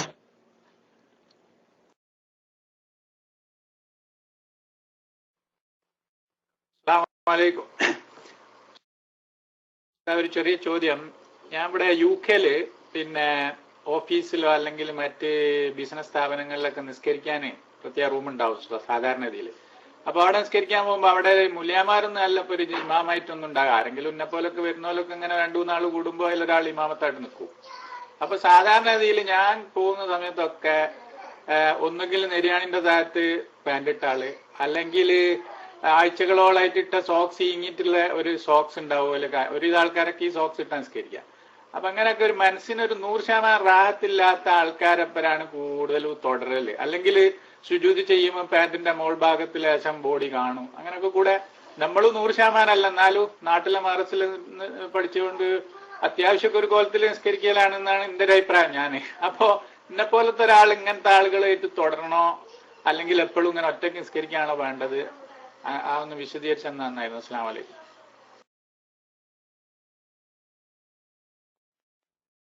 വലൈക്കും അസ്സലാം. നിസ്കാരം ബാത്തിലാവുന്ന ഒരു കാര്യം ഈ നിസ്കരിക്കുന്ന വ്യക്തിയിൽ നിന്ന് ബോധ്യപ്പെട്ടാൽ അയാളെ തുടരാൻ പാടില്ല, ഒറ്റയ്ക്ക് നിസ്കരിക്കാൻ വേണ്ടേ. അല്ലാതെ നിസ്കാരം ബാത്തിലാവുന്ന കാര്യങ്ങള് ബോധ്യപ്പെട്ടിട്ടൊന്നുമില്ല, കുറച്ചൊക്കെ ഒരു 2ാം കട വട്ടത്തിലാണ്. എന്നാൽ ഒറ്റയ്ക്ക് നിസ്കരിക്കുന്നതിനേക്കാളും നല്ലത് അവിടെ തുടർന്ന് നിസ്കരിക്കുന്നത് തന്നെയാണ്. മനസ്സിലായില്ലേ? രണ്ടുമുണ്ട്. ബാത്തിലാവുന്ന കാര്യം വന്ന് ഉദാഹരണം നോക്കുകയും ചെയ്യുമ്പം ഇയാളുടെ പാൻസ് കീപ്പിട്ടിറങ്ങുന്നുണ്ട്, ബനിയൻ ഇട്ടിട്ടില്ല, അങ്ങനെ ഔറത്തിന്റെ ഭാഗം വെളിവായി, എന്നാ ഉടനെ ആ ഇമാമുമായിട്ട് വിട്ടുപിരിയണം. നിസ്കാരം സഹിയല്ല. എന്നാൽ നെര്യാണിന്റെ താഴെ ഇറങ്ങിയ വസ്ത്രം, ശരിയായ നിലക്ക് വൃത്തി തോന്നാത്ത നിലക്കുള്ള സോക്സ് തുടങ്ങിയത് ധരിച്ച് എന്നതുകൊണ്ട് നിസ്കാരം ബാത്തില കാര്യമില്ല. അവിടെ തുടരുകയും ചെയ്യാം, ഒറ്റയ്ക്ക് നിസ്കരിക്കുകയും ചെയ്യാം. പക്ഷെ അവിടെ ബാത്തിലാവുന്ന കാര്യം ഉണ്ടെന്ന് ബോധ്യപ്പെടാത്തയിടത്തോളം തുടർന്ന് നിസ്കരിക്കൽ തന്നെയാണ് ഒറ്റയ്ക്ക് നിസ്കരിക്കുന്നതിനേക്കാൾ നല്ലത്. എന്നാൽ നമ്മുടെ മദ്ഹബ് അനുസരിച്ച് ബാത്തിലാവുന്ന ഒരു കാര്യം അയാൾ ചെയ്തു എന്ന് ഉറപ്പുണ്ടെങ്കിൽ ആ സാഹചര്യത്തിൽ തുടരാൻ പാടുള്ളതല്ല. തുടർന്നാൽ ജമാഅത്ത് കിട്ടൂല എന്നല്ല, നമ്മളെ നിസ്കാരം തന്നെ സഹിയാകാതെ പോവും എന്നത് പ്രത്യേകം ശ്രദ്ധിക്കുക. ഓക്കെ.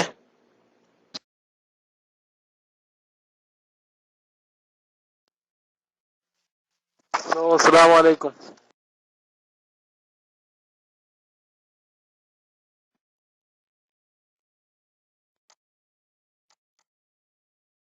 അസ്സലാമലൈക്കും വറഹ്മത്തുള്ളാഹി. സഹോദരന്മാരെ, എപ്പോഴും നമ്മൾ പറയുന്നതാണ് മൈക്ക് ചാടുന്നത്. എത്രയോ നേരം കാത്തു നിന്നിട്ടാണ് ചോദ്യകർത്താക്കൾ മൈക്കിന്റെ അടുത്തേക്ക് വരുന്നത്. എന്നിട്ട് ചോദിച്ച ആൾക്കാർ തന്നെ പല പ്രാവശ്യം മൈക്കിലേക്ക് വന്നുകൊണ്ട് ചോദിക്കുമ്പോൾ അവർ കൈയുയർത്തി നിൽക്കുന്നത് എന്തിനാന്നുള്ളത് നിങ്ങൾക്ക് അറിയില്ലേ? നിങ്ങളെപ്പോഴും തന്നെയാണല്ലോ അവർ കൈയുയർത്തി നിൽക്കുന്നത്. അതുകൊണ്ട് അവനവന്റെ സമയം വരുമ്പോൾ ചോദിക്കുക, ക്യൂവിൽ നിൽക്കുക കേട്ടോ. ഇപ്പൊ ഷാവുല് തന്നെ ഒരുപാട് നേരം കൈയുയർത്തി നിന്ന് അദ്ദേഹത്തിന്റെ മുന്നിൽ 2-3 ആൾക്കാർ ചാടി ചോദിച്ചു. അദ്ദേഹം UK-യിൽ നിന്നുകൊണ്ടാണ് ഇത് കേൾക്കുന്നത്, ഈ ഇതിൽ ബന്ധപ്പെടുന്നത്. അപ്പോൾ അതൊക്കെ നമ്മൾ കുറേയൊക്കെ നമ്മൾ എല്ലാവരും പരിഗണിക്കണം ഇൻഷാ അല്ലാഹ്. എൻ്റെ ചോദ്യം ഉസ്താദേ, പിന്നെ ഡിപ്രഷൻ ഉണ്ടാവുമ്പോൾ നിസ്കരിക്കുവാൻ സാധിക്കാറില്ല, അസുഖം മാറുമ്പോൾ ഖളാ വീട്ടണോ എന്നാണ് ചോദിക്കുന്നത്. ഡിപ്രഷൻ എന്ന് പറഞ്ഞാൽ വിഷാദ രോഗം അദ്ദേഹം പറഞ്ഞത്. ഇൻഷാ അല്ലാഹ് മൈക്ക് കൂട്ടും.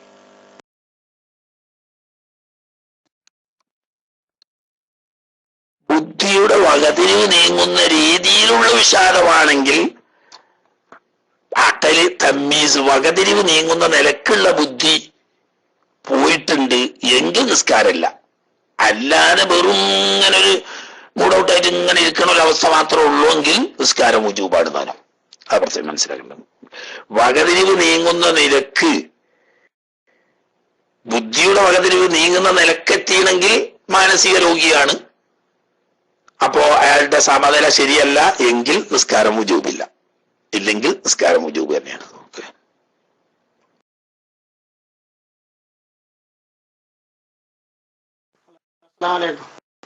കേൾക്കണ്ട? അതെ, എനിക്ക് ചോദിക്കാനുള്ളത്, നിന്നുകൊണ്ട് മൂത്രം ഒഴിക്കണം. അപ്പൊ അത് പാൻറ് ഇട്ടിട്ടാവുമ്പോ ബുദ്ധിമുട്ട് ഇരിക്കാൻ. പിന്നെ അത് ഗൾഫിലാവുമ്പോ പിന്നെ കൂടുതൽ യൂറോപ്യൻ ക്ലോസറ്റാണ്. അപ്പൊ അതുകൊണ്ട് ഈ മുണ്ടെടുത്താൽ ഇപ്പൊ യൂറോപ്യൻ ക്ലോസറ്റിൽ നമ്മൾ ഇരുന്നിട്ട് മൂത്രം ഒഴിക്കുക എന്ന് പറഞ്ഞു കഴിഞ്ഞിട്ടുണ്ടെങ്കിൽ അതും ബുദ്ധിമുട്ട്. അപ്പൊ നിന്ന് മൂത്രം ഒഴിക്കുന്നതിനെ പറ്റിയിട്ട് പറഞ്ഞു കഴിഞ്ഞാൽ വളരെ ഉപകാരമായിട്ടു. അസ്സലാമു അലൈക്കും.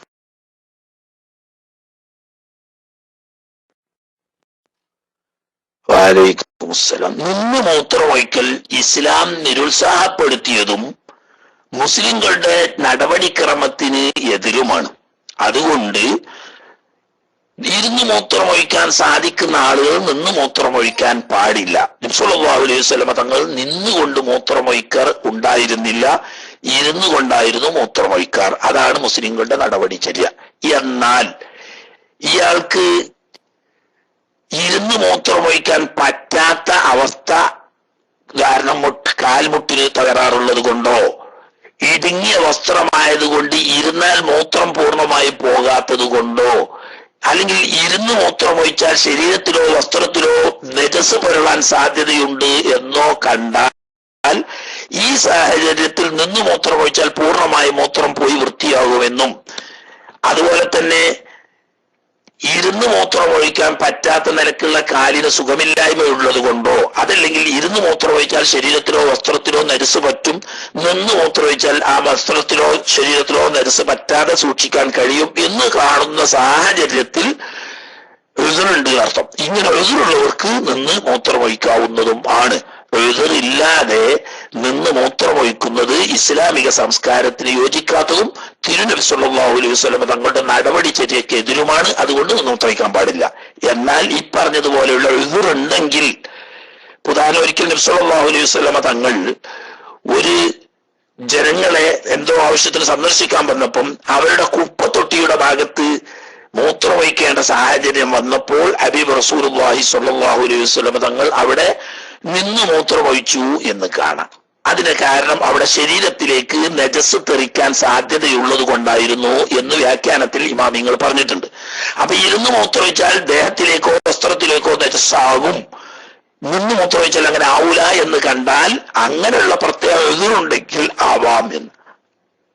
അങ്ങനെ രോഗം കൊണ്ടോ മറ്റോ ഇരിക്കാൻ പറ്റാത്ത സാഹചര്യം ഉണ്ടെങ്കിലും ആവാം. ഓക്കെ.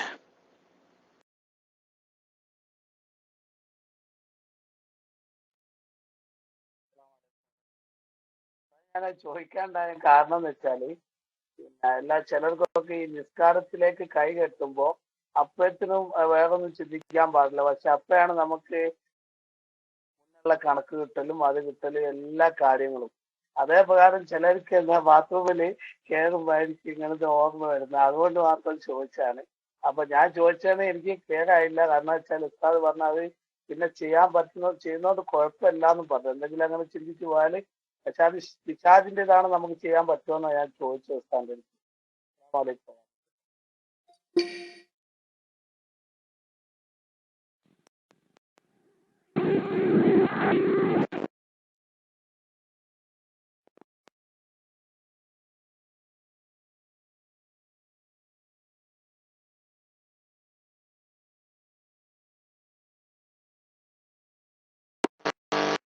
അസ്സലാമു അലൈക്കും വറഹ്മത്തുള്ളാഹി വബറകാതുഹു. അതിന് മറുപടി അവരെന്നെ പറഞ്ഞു തോന്നുന്നുണ്ട്. ഇൻഷാ അല്ലാഹ്. ഉസ്താദേ, എനിക്ക് ഒരു PM വന്നതാണ്.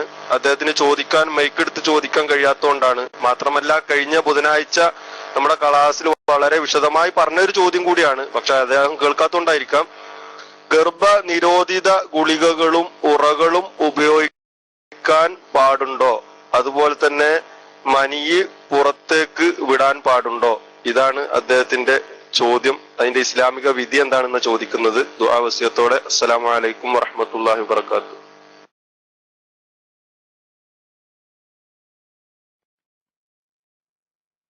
വലൈക്കും അസ്സലാം വറഹ്മത്തുള്ളാഹി. ആ ഉസ്താദിന് എന്നോട് പറഞ്ഞു കൊടുക്കാലോ, അത്രയേ ഉള്ളൂ. അത് നമ്മൾ നാളെ വിശദമായി പറഞ്ഞതുമാണ്. സ്ഥിരമായ ഗർഭനിരോധന മാർഗങ്ങൾ ഉപയോഗിക്കാൻ പാടുള്ളതല്ല. ഭാര്യയുടെ ആരോഗ്യസ്ഥിതി പരിഗണിച്ചുകൊണ്ടോ കുട്ടിയുടെ മുലകുടി സമയം ശരിയായ നിലക്ക് കിട്ടാൻ വേണ്ടിയിട്ടോ കുട്ടിയുടെ ആരോഗ്യരക്ഷ പരിഗണിച്ചുകൊണ്ടോ ഭാര്യയുടെ ആരോഗ്യസ്ഥിതി പരിഗണിച്ചോ ആണെങ്കിൽ താൽക്കാലിക ഗർഭധാരണ തടയുന്ന മാർഗങ്ങൾ സ്വീകരിക്കാവുന്നതാണ്. അതിന് ഹലാലാണ് എന്നാണ് അതിന്റെ നിയമം.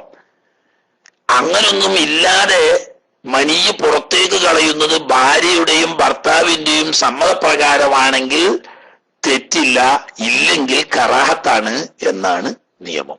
ഓക്കെ, അത് വിശദമായി പറഞ്ഞതാണ്. വീണ്ടും കൂടുതൽ ആവർത്തിക്കേണ്ട ആവശ്യമില്ല, ചുരുക്കി പറയുന്നു. ഒരു നല്ല കാര്യം എപ്പോൾ ചിന്തിച്ചാലും നേരത്തെ ചോദിച്ച ആള് നേരത്തെ പറഞ്ഞ മറുപടി തന്നെ പെട്ട് ഞാൻ രണ്ടാമത് ആവർത്തിച്ച് ചോദിക്കേണ്ട ആവശ്യമുണ്ടെന്ന് തോന്നില്ല. നല്ലൊരു കാര്യം ചെയ്യണം എന്ന് ചിന്തിച്ചാൽ അത് നല്ല സമയത്ത് നല്ല സ്ഥലത്ത് വെച്ച് കഴിയുന്നത്ര ചെയ്യൽ ഹൈറ് തന്നെയാണ്. അവിടെ നിന്ന് ചിന്തിച്ചതാണ് എന്നതുകൊണ്ട് നല്ലൊരു കാര്യം ചെയ്യേണ്ട എന്നില്ല.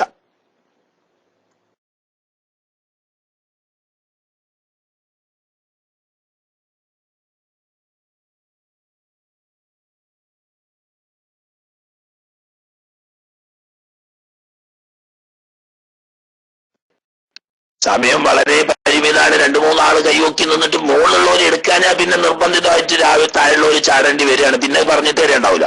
മുകളിലുള്ളവർ വേഗം മൈക്കെടുക്കുക, കുറഞ്ഞ സമയമുള്ളൂ. ഇപ്പൊ 3 ആള് കീശേരി ഉൾപ്പെടെ 3 ആളാണ് ഉണ്ടായിരുന്നത്. അതിലിപ്പോ ഷാവു എവിടെ പോയി? ഷാവു പോയോ?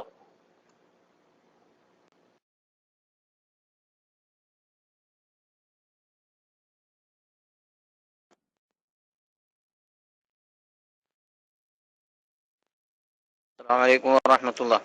റഷീദക്ക മൈക്ക് എടുക്കുന്ന കാണില്ല. എന്താ DC ആയി പോയതാണോ എന്തെന്ന് അറിയില്ല. റഷീദക്കല്ലേ? എന്താ ദർദാക്കെ ഏതായിരുന്നാലും ഇൻഷാ അല്ലാഹ് എനിക്കിപ്പോ ഉള്ളൊരു ചോദ്യം, ജനങ്ങളിൽ നിന്നും പിരിവെടുത്ത് റാത്തീബ് കഴിക്കുന്നു. അങ്ങനെ ഉണ്ടാക്കിയ ഭക്ഷണം നിശ്ചിത തുക സ്വീകരിച്ച് വിതരണം ചെയ്യാമോ എന്ന ചോദ്യം. ഇവിടെ വന്ന ചോദ്യമാണ് കേട്ടോ, എന്റെ ചോദ്യമല്ല. ഞാൻ മൈക്ക് വിട്ടു.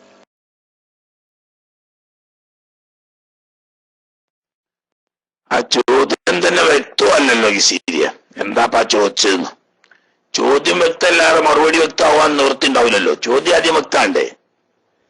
ജനങ്ങളിൽ നിന്നും സംഭാവന സ്വീകരിച്ചുകൊണ്ട് റാത്തീബിനോ ദിക്റുകൾക്കയിലോ ഒക്കെ ഭക്ഷണങ്ങൾ തയ്യാറാക്കുന്നു.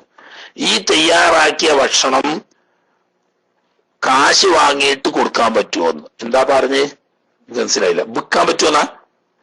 സദഖ ചെയ്യാൻ വേണ്ടിയിട്ട് ജനങ്ങളിൽ നിന്നിട്ടും പിരിവെടുത്തുകൊണ്ട് ഉണ്ടാക്കിയ ഭക്ഷണമാണെങ്കിൽ അത് വിലക്ക് വിൽക്കാൻ പാടുള്ളതല്ല, സദഖ ചെയ്യേണ്ടത് തന്നെയാണ്. എന്നാൽ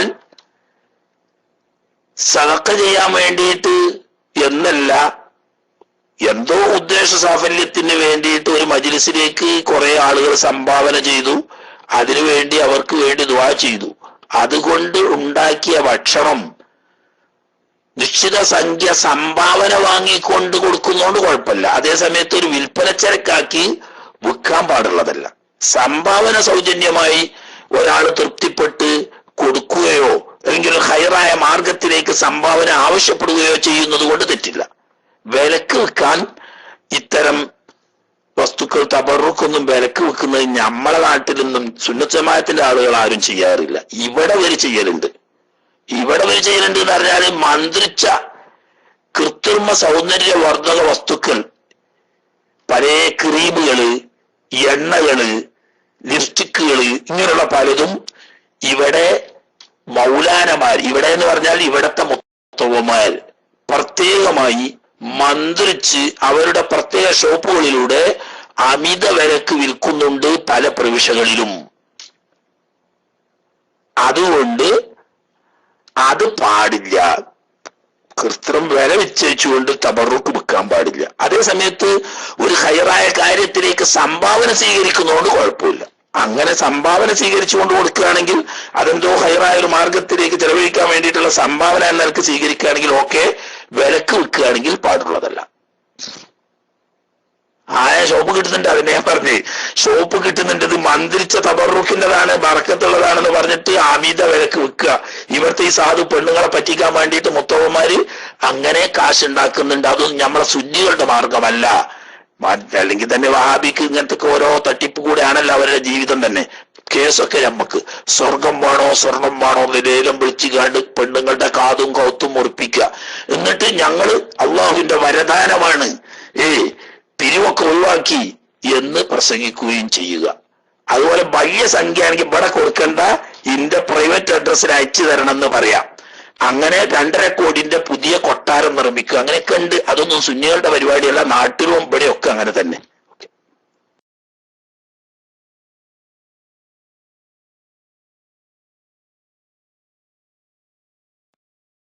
അസ്സലാമു അലൈക്കും.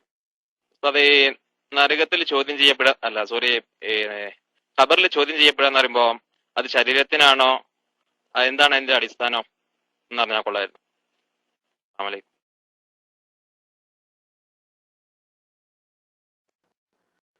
ശരീരത്തിനും ആത്മാവിനും കൂടിയാണ്. ശരീരത്തിന് മാത്രവുമല്ല ആത്മാവിന് മാത്രവുമല്ല.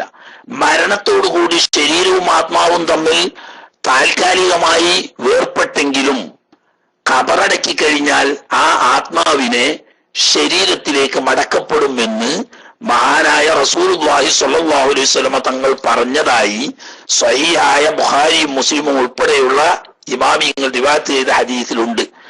അങ്ങനെ എന്നാൽ നമ്മൾ ഇവിടുന്ന് ഖബർ തുറന്നു നോക്കിയാൽ അവർക്ക് ജീവനുള്ളതായി അനുഭവപ്പെടില്ല. കാരണം അത് മറ്റൊരു ലോകമായതുകൊണ്ട് ഈ ലോകത്ത് നിന്നുള്ള സാധാരണ കണ്ണുകൊണ്ട് ആ ലോകം കാണാൻ കഴിയാത്തത് കൊണ്ട് നമ്മൾ ബാഹ്യമായി നോക്കിയാൽ ജീവനുള്ളതായി തോന്നില്ല. എന്നാൽ റൂഹിനെ ശരീരത്തിലേക്ക് മടക്കപ്പെടുമെന്നും അവരെ വിളിച്ചുണർത്തി എഴുന്നേൽപ്പിച്ചിരുത്തുമെന്നും അവരോട് ചോദ്യം ചോദിക്കുമെന്നും മോമിനീങ്ങളായ നല്ലവരാണെങ്കിൽ ശരിയായ ഉത്തരം നൽകുമെന്നും അല്ലാത്തവരാണെങ്കിൽ ലാദിരി എന്ന് പറഞ്ഞ് വിലപിക്കുകയും അപ്പോൾ അവരെ ദണ്ടുകൊണ്ടടിക്കുകയും ചെയ്യും എന്ന് മഹാനായ റസൂലുള്ളാഹി സ്വല്ലല്ലാഹു അലൈഹി വസല്ലം തങ്ങൾ പറഞ്ഞതായി ഹദീസുകളിൽ സ്ഥിരപ്പെട്ടിട്ടുണ്ട്.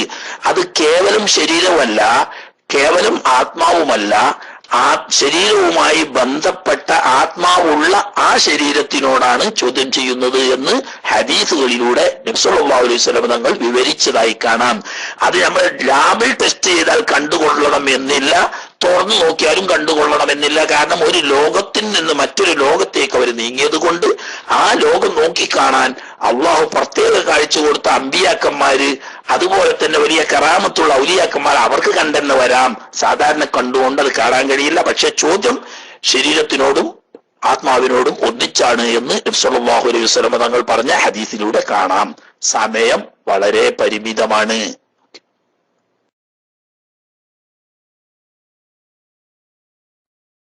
ഒരു ഉപചോദ്യം കൂട്ടിട്ടുണ്ട്.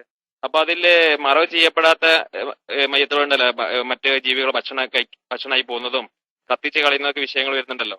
അപ്പൊ ആ ശരീരത്തിന് എങ്ങനെയാണ്, അപ്പൊ ഖബറിൽ വെച്ചാണോ ചോദ്യം ചെയ്യപ്പെടുന്നുള്ള ചോദിച്ചതിന്റെ ഉദ്ദേശം അതാണ്. ഞാൻ അസ്സലാമു അലൈക്കും.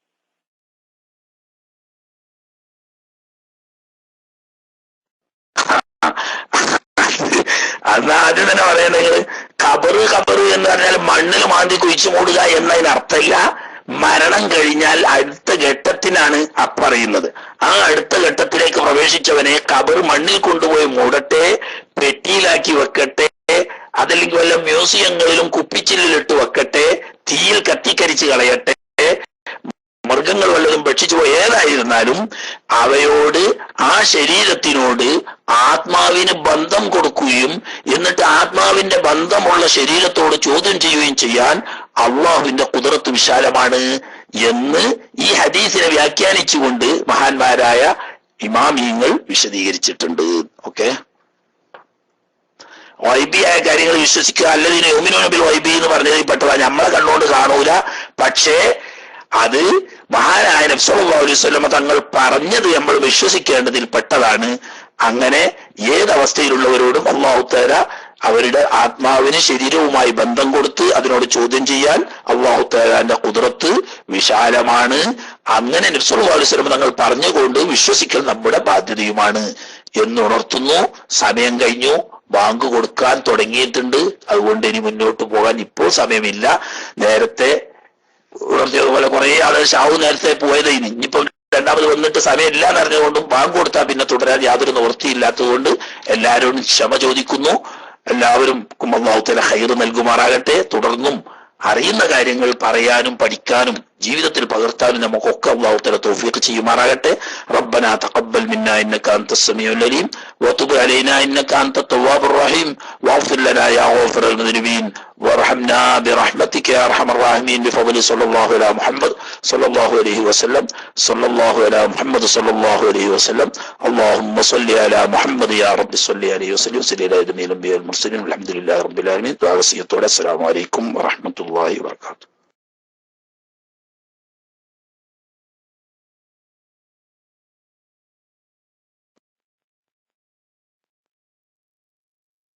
വലൈക്കും അസ്സലാം വറഹ്മത്തുള്ളാഹി തആല വബറകാതുഹു. ജസാക്കുമുല്ലാഹ് ഖൈറുൽ ജസാ യാ ഉസ്താദ്. അൽഹംദുലില്ലാ, വളരെ ഒരുപാട് നല്ല അറിവുകൾ നമുക്ക് ലഭിച്ചു. ഒരുപാട് ആളുകളുടെ സംശയ നിവാരണവും നടന്നു. അല്ലാഹു സുബ്ഹാനഹു വ തആല എല്ലാവർക്കും ഖൈർ പ്രദാനം ചെയ്യുമാറാവട്ടെ. നമ്മുടെ റൂമിൽ ഈ ഫിഖിയായ അറിവുകൾ നേടുന്നതിൽ സഹകരിച്ച എല്ലാവർക്കും അല്ലാഹു ഖൈറും ബർക്കത്തും പ്രദാനം ചെയ്യുമാറാവട്ടെ. തുടർന്നുള്ള ദിവസങ്ങളിലും നമുക്ക് അള്ളാഹുവിന്റെ അനുഗ്രഹത്താൽ ബഹുമാനപ്പെട്ട ഉസ്താദുകൾക്ക് ക്ലാസ് എടുത്തു തരുവാനും നമുക്കത് കേൾക്കുവാനും നമ്മുടെ ജീവിതത്തിൽ പകർത്തുവാനും മറ്റുള്ളവർക്ക് അറിഞ്ഞത് പറഞ്ഞു കൊടുക്കുവാനുള്ള തൗഫീഖ് അള്ളാഹു നമുക്ക് എല്ലാവർക്കും നൽകുമാറാവട്ടെ. ഇൻഷാ അള്ളാഹ് ഇത് ഒരു നല്ല അമലായി എന്ന് അള്ളാഹു നമ്മൾ സ്വീകരിക്കുകയും ചെയ്യുമാറാവട്ടെ.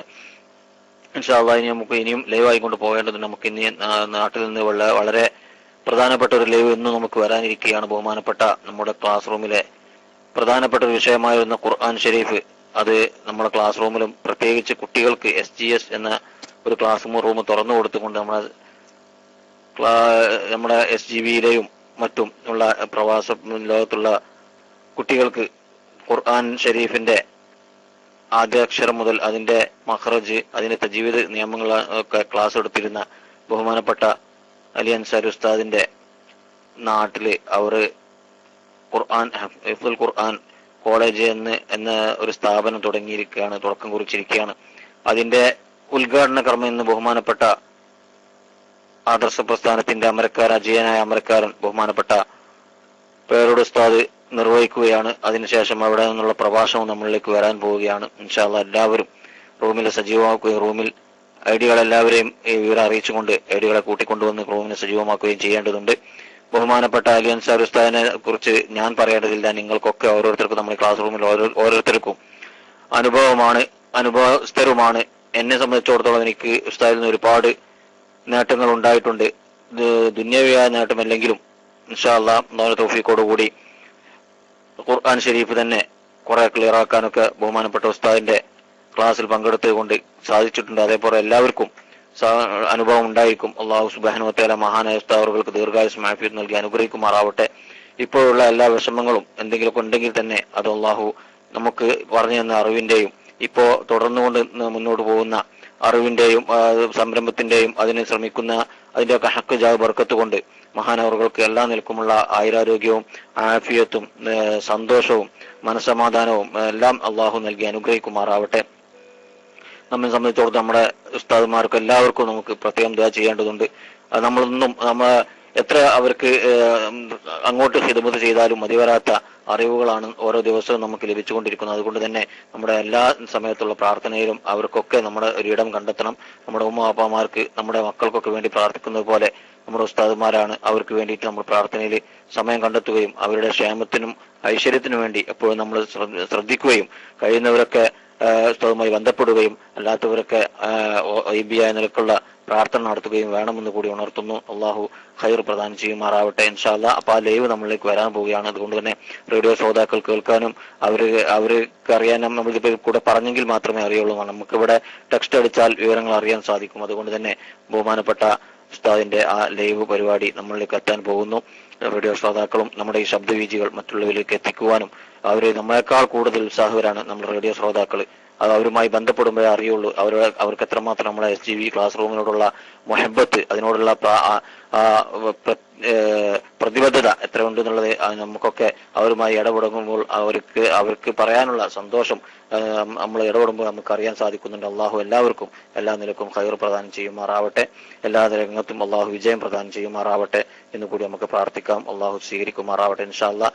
അതുകൊണ്ട് തന്നെ ഇനിയും ലൈവായി കൊണ്ട് പോകേണ്ടതുണ്ട്. ബഹുമാനപ്പെട്ട ആഷിഖ് റസൂൽ എന്ന ഐഡിയിലുള്ള ബഹുമാനപ്പെട്ട ശംസുദ്ദീൻ ഉസ്താദ് സൗകര്യം ഒഴിവിലാണെന്നുണ്ടെങ്കിൽ ഇൻഷാ അല്ലാഹ് മൈക്കിലേക്ക് വന്നാലും ഇൻഷാ അല്ലാഹ് ഞാൻ മൈക്ക് റിലീസ് ചെയ്യാം. ആരെങ്കിലും വന്നെങ്കിലേ മൈക്ക് റിലീസ് ചെയ്യുകയുള്ളൂ. അല്ലാതെ വെറുതെ അങ്ങോട്ട് വിട്ടാല് ആരെങ്കിലൊക്കെ മൈക്ക് എടുക്കും. അപ്പൊ അതുകൊണ്ട് ഉസ്താദ് ഇൻഷാ അല്ലാഹ് ബഹുമാനപ്പെട്ട ഉസ്താദിനെ ആദരപൂർവ്വം മൈക്കിലേക്ക് ക്ഷണിക്കുന്നു. ഇൻഷാ അല്ലാഹ് നമുക്ക് ഉപകാരപ്രദമായ അറിവുകൾ ലഭിക്കും ഇൻഷാ അല്ലാഹ്. ഉസ്താദ് ഇന്നലെ മിനിയാന്നൊക്കെ ഇൽമിനെ കുറിച്ചായിരുന്നു പറഞ്ഞിരുന്നത്. ഇൻഷാ അല്ലാഹ് നമുക്ക് കേൾക്കാം. അള്ളാഹു തൗഫീഖ് ചെയ്യുമാറാവട്ടെ. അസ്സലാമു അലൈക്കും വറഹ്മത്തുള്ളാഹി.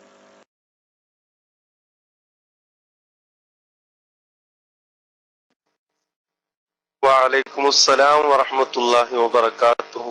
അസ്സലാമു അലൈക്കും വറഹ്മത്തുള്ളാഹി വബറകാതുഹു. അൽഹംദുലില്ലാഹി റബ്ബിൽ ആലമീൻ. അല്ലാഹുമ്മ സ്വല്ലി അലാ സയ്യിദിനാ മുഹമ്മദിൻ വഅലാ ആലിഹി വസഹ്ബിഹി വസല്ലം. അൽഹംദുലില്ലാഹ്, നമുക്ക് എന്നത്തെയും പോലെ ഇന്നും വളരെ റാഹത്തായി നല്ല നിലയില് ഒരു അലസതയുമില്ലാതെ ഒരു മടുപ്പില്ലാത്ത രൂപത്തിലുള്ള ഇൽമ് നമുക്ക് ലഭിച്ചു. അല്ലാഹു സുബ്ഹാനഹു വ തആല ഉസ്താദിന് ഖൈറും ബർക്കത്തും പ്രദാനം നൽകട്ടെ. നമ്മുടെ എല്ലാ ഉസ്താദുമാർക്കും അല്ലാഹു തആല ഖൈർ നൽകട്ടെ. ഇൽമിൽ അല്ലാഹു തആല ബർക്കത്ത് നൽകട്ടെ. കുടുംബത്തിലും അവർക്കുമുള്ള എല്ലാ വിഷമങ്ങളും പ്രയാസങ്ങളും അല്ലാഹു തആല പരിഹരിച്ച് റാഹത്തായി ജീവിക്കാനുള്ള തൗഫീഖ് അല്ലാഹു തആല പ്രദാനം നൽകുമാറാവട്ടെ.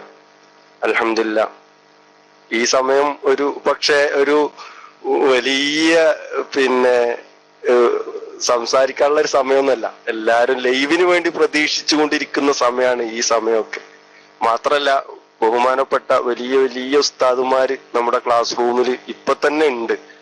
അപ്പൊ അവരുടെയൊക്കെ മുന്നിൽ എന്തെങ്കിലും പറയാന്ന് പറഞ്ഞാൽ വളരെ വളരെ വിഷമാണ്. അതുകൊണ്ടാണ് ഇങ്ങനെയുള്ള പാട്ടുപാടിയിട്ട് പറയുന്നത്. അല്ലാഹു സുബ്ഹാനഹു വ തആല ചെറുതാണെങ്കിലും